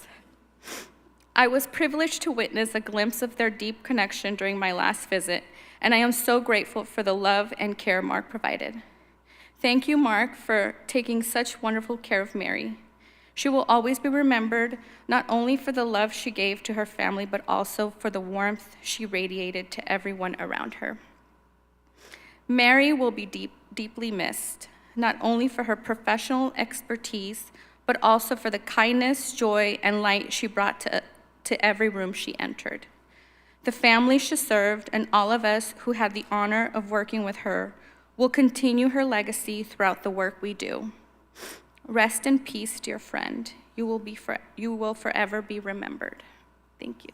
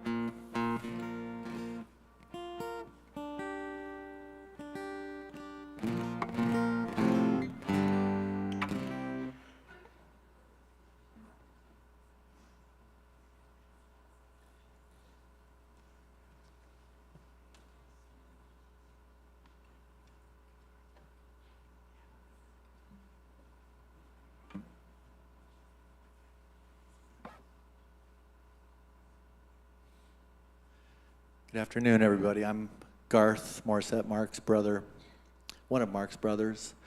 And I'm singing a song that our brother Chris wrote And I just want to have the Morrisette family give a wave over there in the corner. We all, yeah. We loved Mary. She was part of our family. She was a Morrisette. She came into our family, and we just really loved her so much. And she made us part of who we were as a family. So this is called A Life Well Lived, also When It's Time to Go.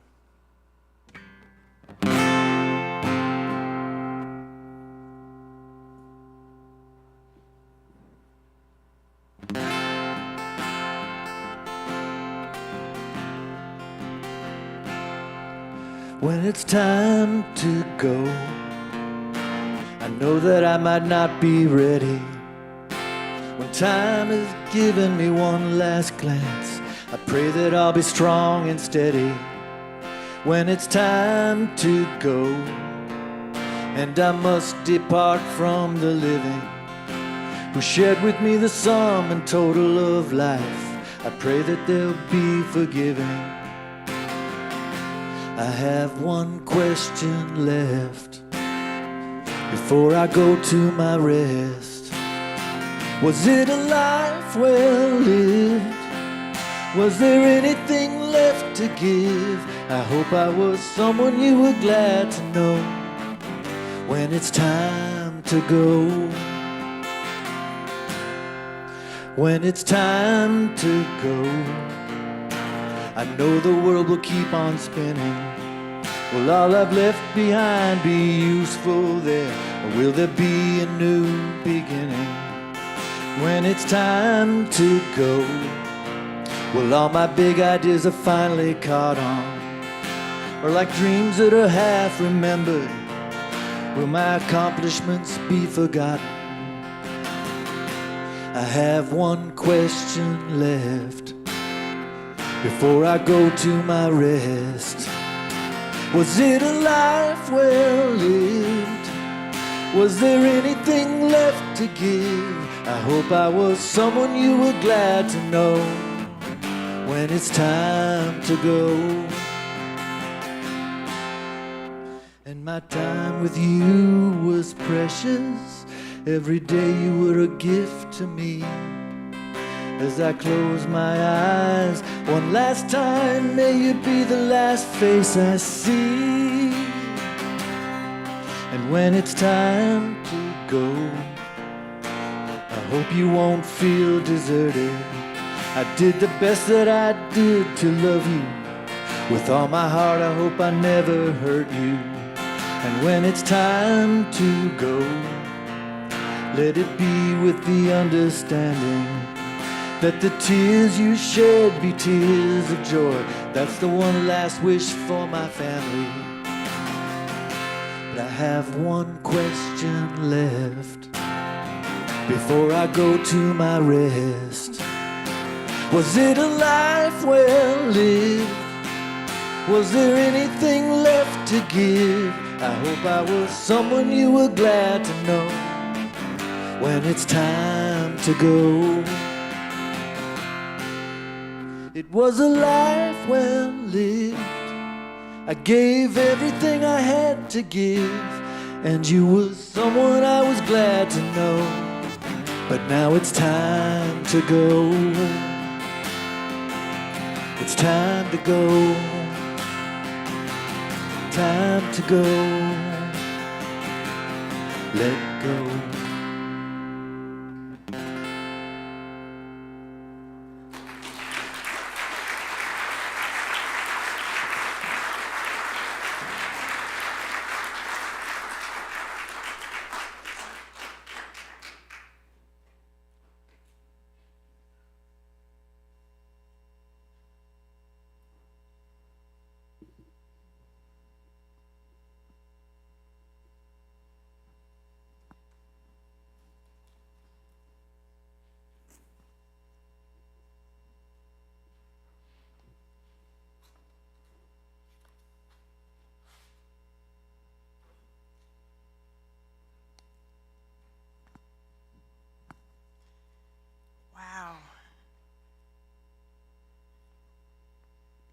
There's so many ribbons that are weaving through everything that's been said today. And my talk has been already delivered. I call that synchronicity. There are no coincidences. And it just shows the uniformity, the divine oneness that is happening here. Starting out with John, when you mentioned that today President Jimmy Carter is being laid to rest at the same time that our Mary is being honored, was the first thing in my talk. So I said, okay.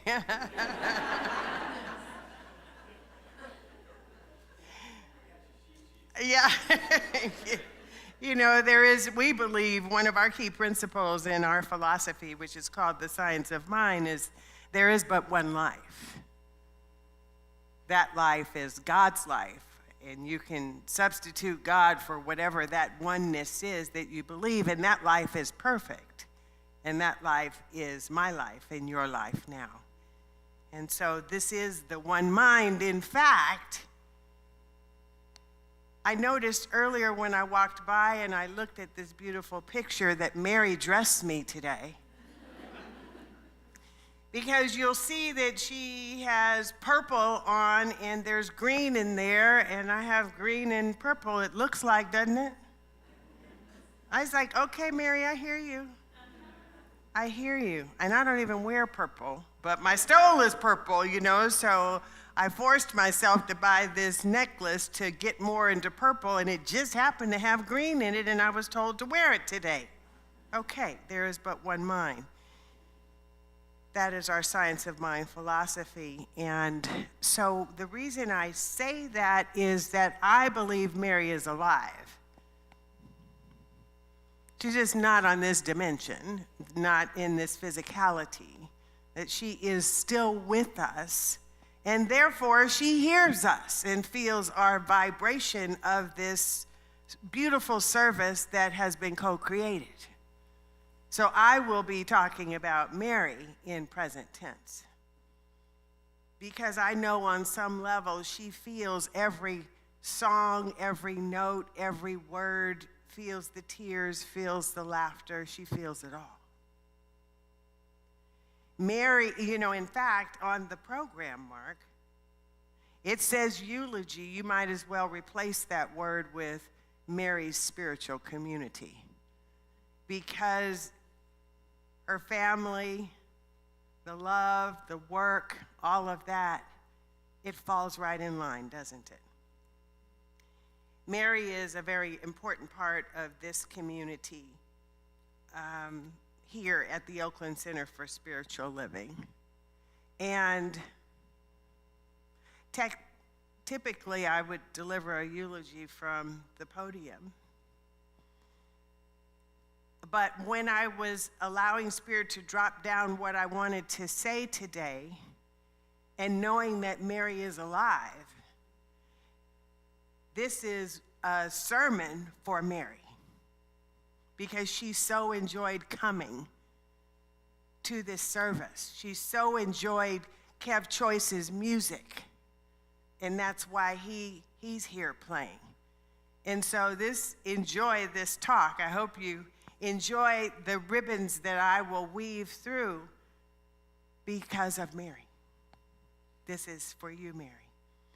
And I'm calling this talk, or sermon, if you would call it. That's why this is the way I deliver my talks on Sundays, is with a stand here and with this mic, because as you can see, I like to move around. I like to look at you. I'm known to go out in the audience, so if Spirit tells me to do that, I might just come touch you, or might walk the aisle, but I know food is standing in between me finishing up and Kev's last song, so I won't exactly do that, but at least you get the picture, and I welcome you back on a Sunday service so that you can enjoy what Mary did. So what I'm calling this talk today is Triple M. Triple M stands for Magnetic Mary Morrisette. because it was apparent to me and came straight up that I had to have the word magnetic in there talking about Mary.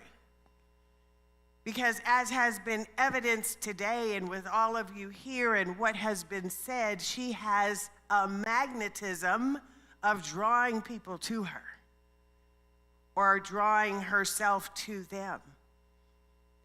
And when I looked up the dictionary definition of magnetic, it fit her perfectly because it said exerting a strong, attractive power of charm. Didn't she have a lot of charm? Or doesn't she? She does. That's what y'all said. Everyone that met Mary loved her. Everyone. She was simple, yet warm and joyous, and had her twinkle. You know the Mary twinkle? The twinkle is infectious. And there's a beautiful picture that Mark sent me that I saw in the slideshow, and I asked Helene if she'd be able to pick it out and show it to you, because you can see the twinkle. You can see the twinkle in me and in her, right out there in the courtyard. It was so beautiful. Thank you, Helene, for finding that. We were so happy. We were so happy. You see, Mary is such a light. She's a bright light among the stars.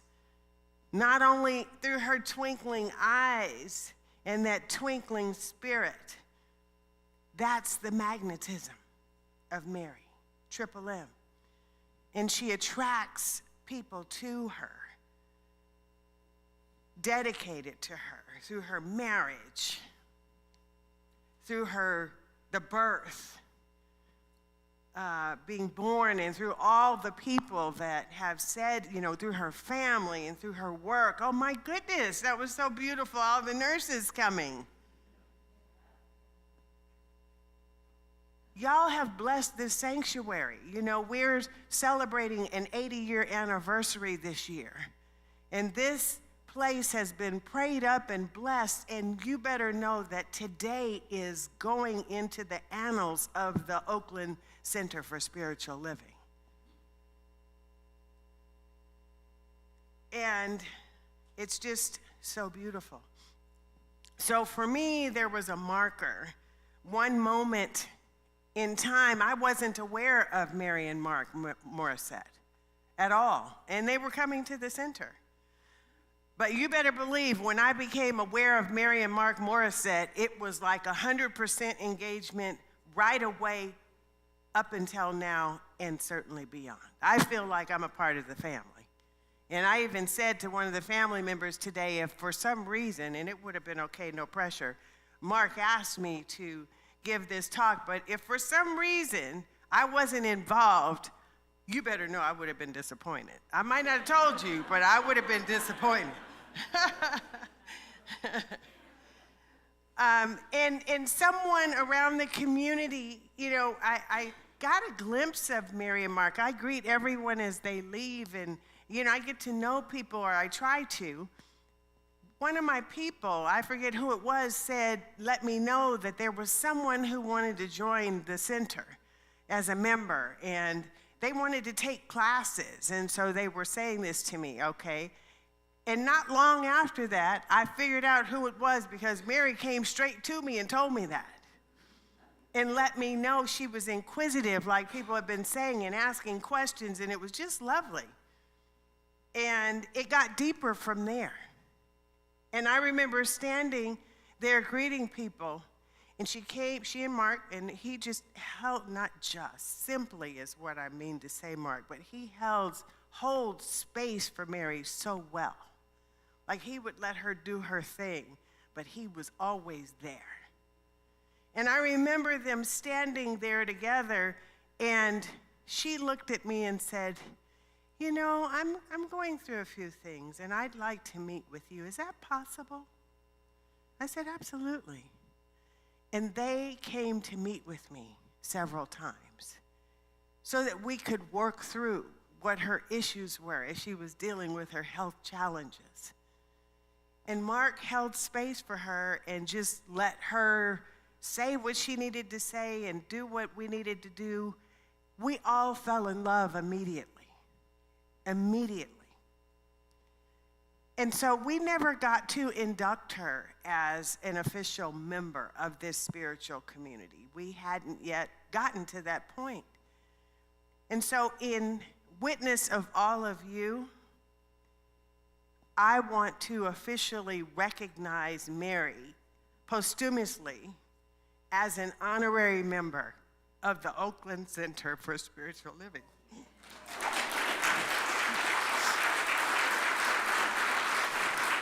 She loved this place. And that's what y'all said, that, you know, in her last time, and she didn't know how long that was going to be, this is where she wanted to be. Here. And somebody else said, this is some of the ribbons. And whoever said it said, you got dragged to church. I think it was Mark. I don't think y'all that I met felt like you got dragged here. Y'all looked like you enjoyed it. I met many a person out there.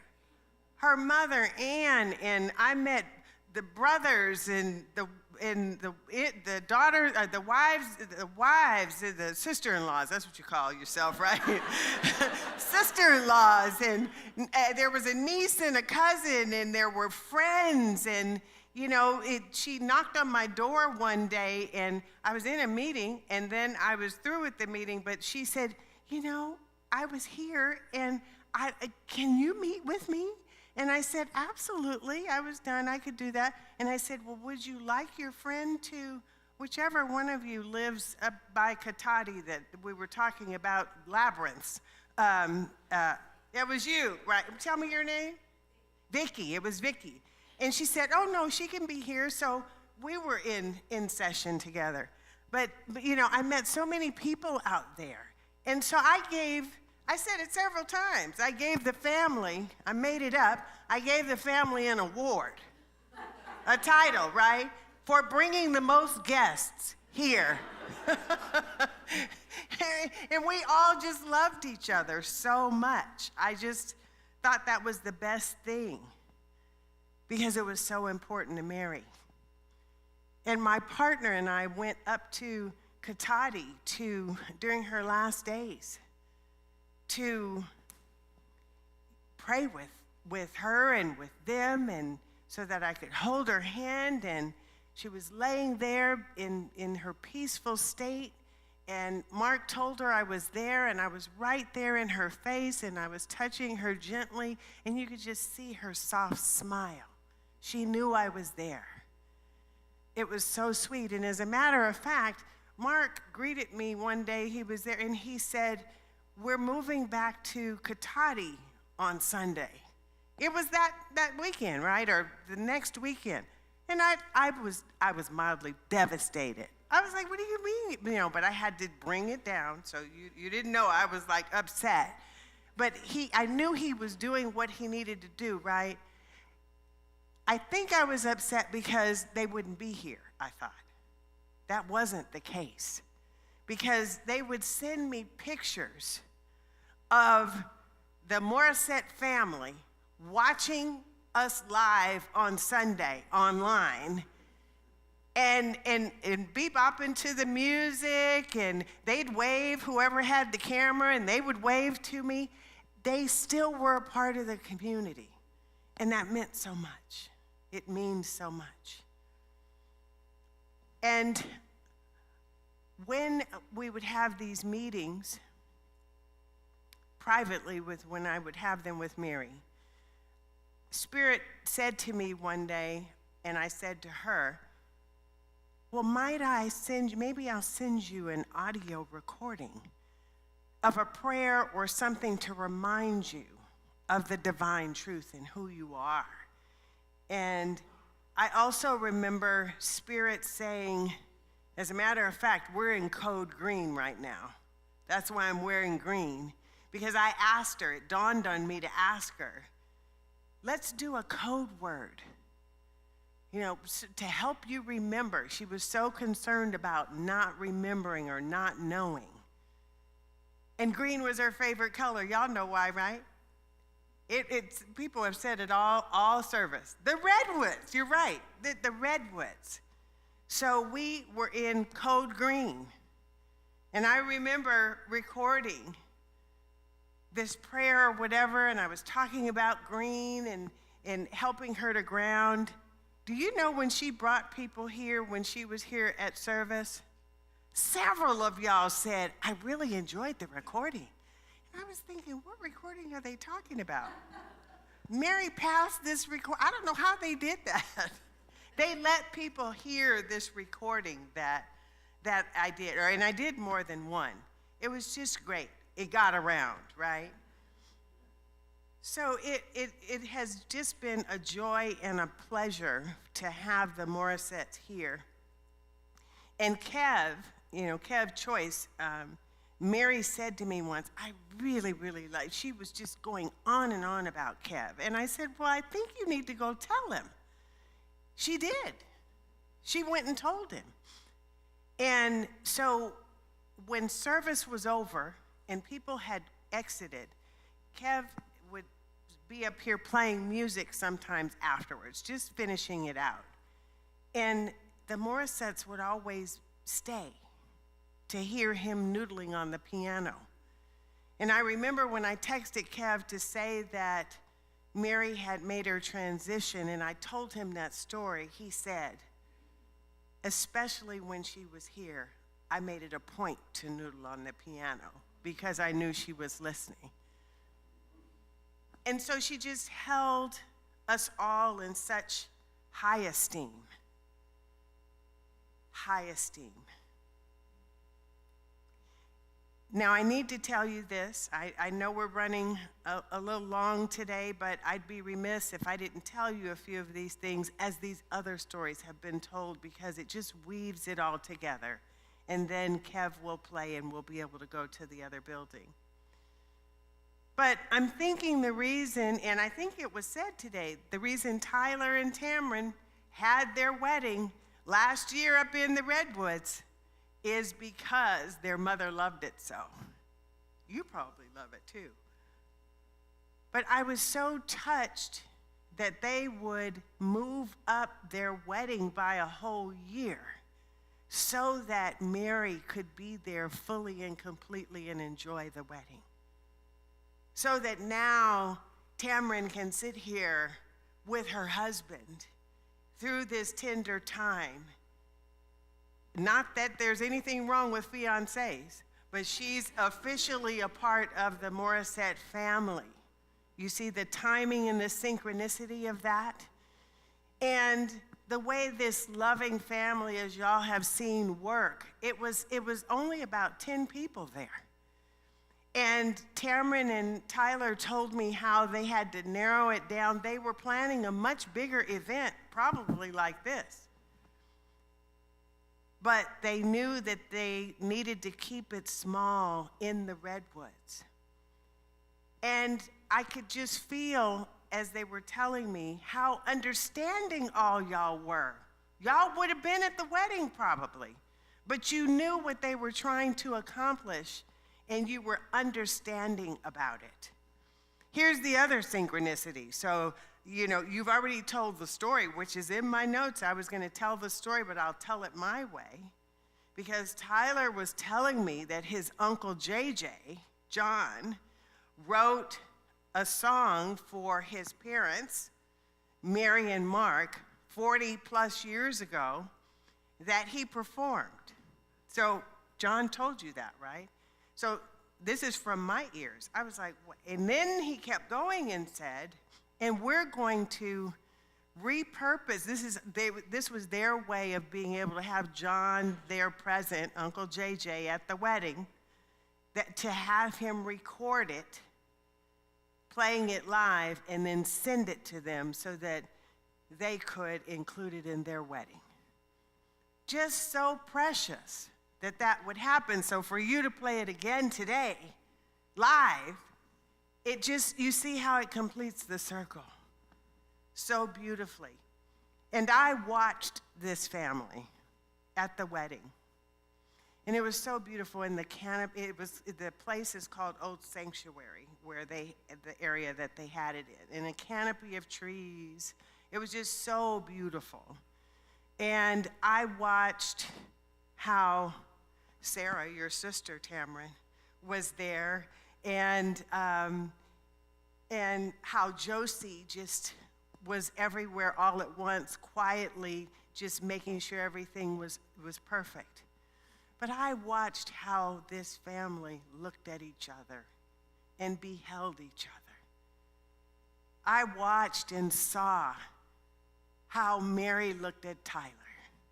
She looked at her son. And while that was going on, how Mark looked at his wife and son in that engaged embrace.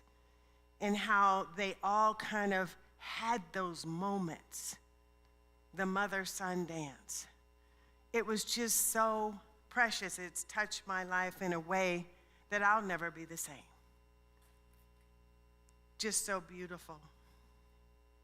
And so it's just, this is beyond.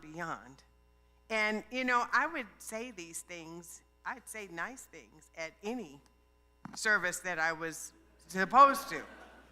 So I'm not just saying platitudes.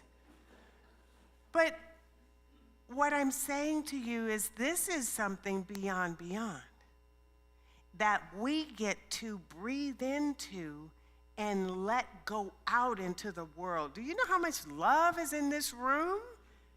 And how we each magnify it by the people we know and the people who couldn't be here because of Mary Morrisette?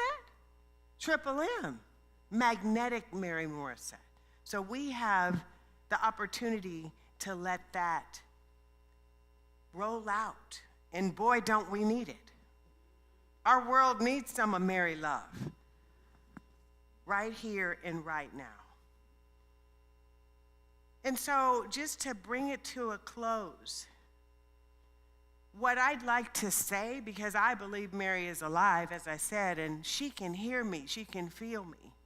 So I say, magnetic Mary Morrisette, that you are such a bright light, sweetheart. Go shine even brighter where you are. Thank you for being the beautiful teacher that you are and were here, and for allowing me and the Oakland Center for Spiritual Living to play a part in your life and in the life of your family. I appreciate you immensely.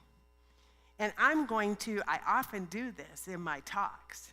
I open the floor for us to speak out loud because we believe in vibration. We believe here in affirmation. We believe in the power and the presence of the infinite and that it expresses through each of us. And so I invite you, should you be willing, it's all optional and choice, but I hope you will play. Here's what I invite you to speak out loud to Mary right now in present tense, whatever it is that you'd like to say. And it's interesting how you and Josie talked about what your mother called you, right? Or what you call her. So I want you to say whatever it is out loud the way you would say it to Mary, if you're willing to do that. And so this is your opportunity. Let's go. What do you have to say to Mary? All at the same time. Say it. Mary, I love you. I bless you. I wish you well. Whatever it is. No more want to play? Come on. Yeah. I know you love her. I heard you. That's right. Right. Yeah.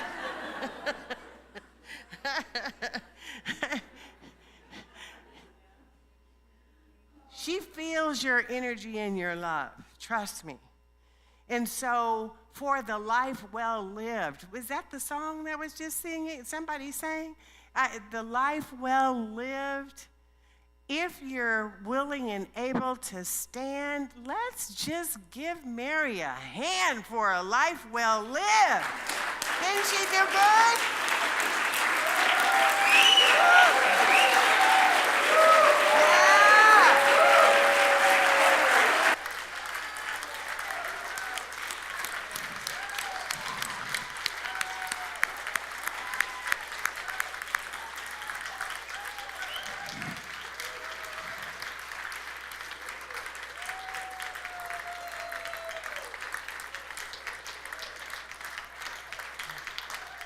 Thank you. You may be seated. That is so lovely. Thank you. Can't you just feel the vibration? Oh my goodness. And so I will offer a brief closing prayer after I read this quote. Right now, our community is, since we just started this new year, we are studying and focusing on gratitude. And we have 2 daily readers that we are studying from and reading from. 365 Science of Mind by our founder, Ernest Holmes. So there is a topic every day. And this is Daily Gratitude, 365 Inspirational Daily Guides to Grateful Living by Deborah Perdue. And I know if Mary were here in physicality, I'm sure she probably would be participating with us. So from today's reading, this is the closing prayer. I invite you to take a community breath. This is what I always encourage of our community. And I know y'all thought you knew what I was doing, right? But that's good that you breathed. But now exhale it right where you are. Let's take in a nice breath together. Breathing it in, and now let it out with a sigh. We're going to do that twice more. Breathe it in again. And let it out. A bigger breath. A bigger sigh.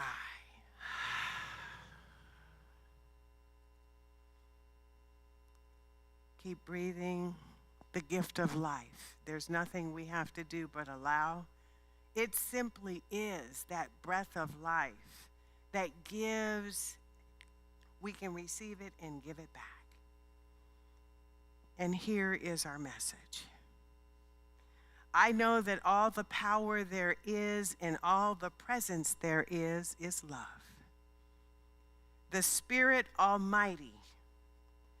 I know that love protects me and that I am guided and guarded into the pathways of peace, of joy, and of security. I know that this is true of all people. This is what I believe about everyone. This is what exists for the whole world. This is my prayer of acceptance today and every day. I feel myself safe in the keeping of the divine love. I feel the soft, developing presence of the living Spirit. Sow love instead of hate.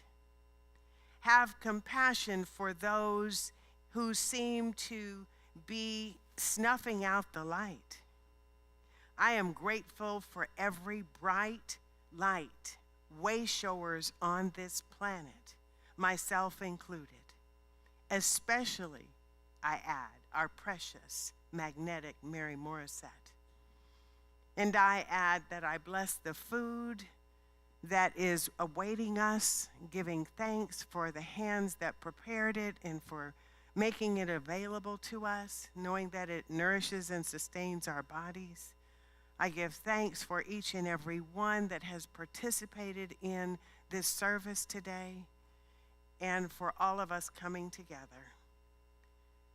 And we bask in the glow of honoring our beloved, magnetic Mary Morrisette. And so it is. And now Kev he's already at the keys. And after this is over, if you will, after he plays the song, if you will allow the family to exit, then you can all come over to the other building for the repass. Thanks for your attention. Give thanks, give thanks. This song I'm going to play is called Blessed Always. It is usually one of the last song that we play here for our services, and as was spoken, I would always see Barry and the family sitting over there to my left. And yes, and I would engage and feel that energy and feel that support and feel that love. It was beautiful to see how music was prevalent in her life, which I had no idea about. But it's obvious that it was prevalent in her life with her family and her community. And she was a member. She was one of us in spirit and just in her support. So I ask you all to stand, because this is how we do for this last song. If you feel comfortable touching someone, holding someone's hand next to you, this song, Blessed Always, means we are blessed always, for the arms of God surround us. Let our joy be so triumphant as we rest in God. And if you know the words, please sing along, and I'm going to do some renditions after the ending, so give thanks.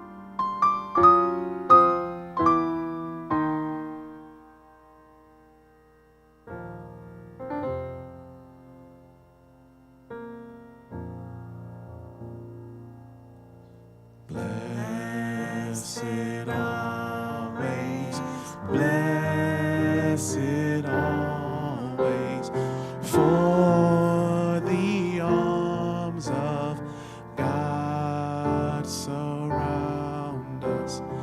Let our joy be so triumphant that we rest in God and say amen. Blessed always, blessed always, for the arms of God surround us. Let our joy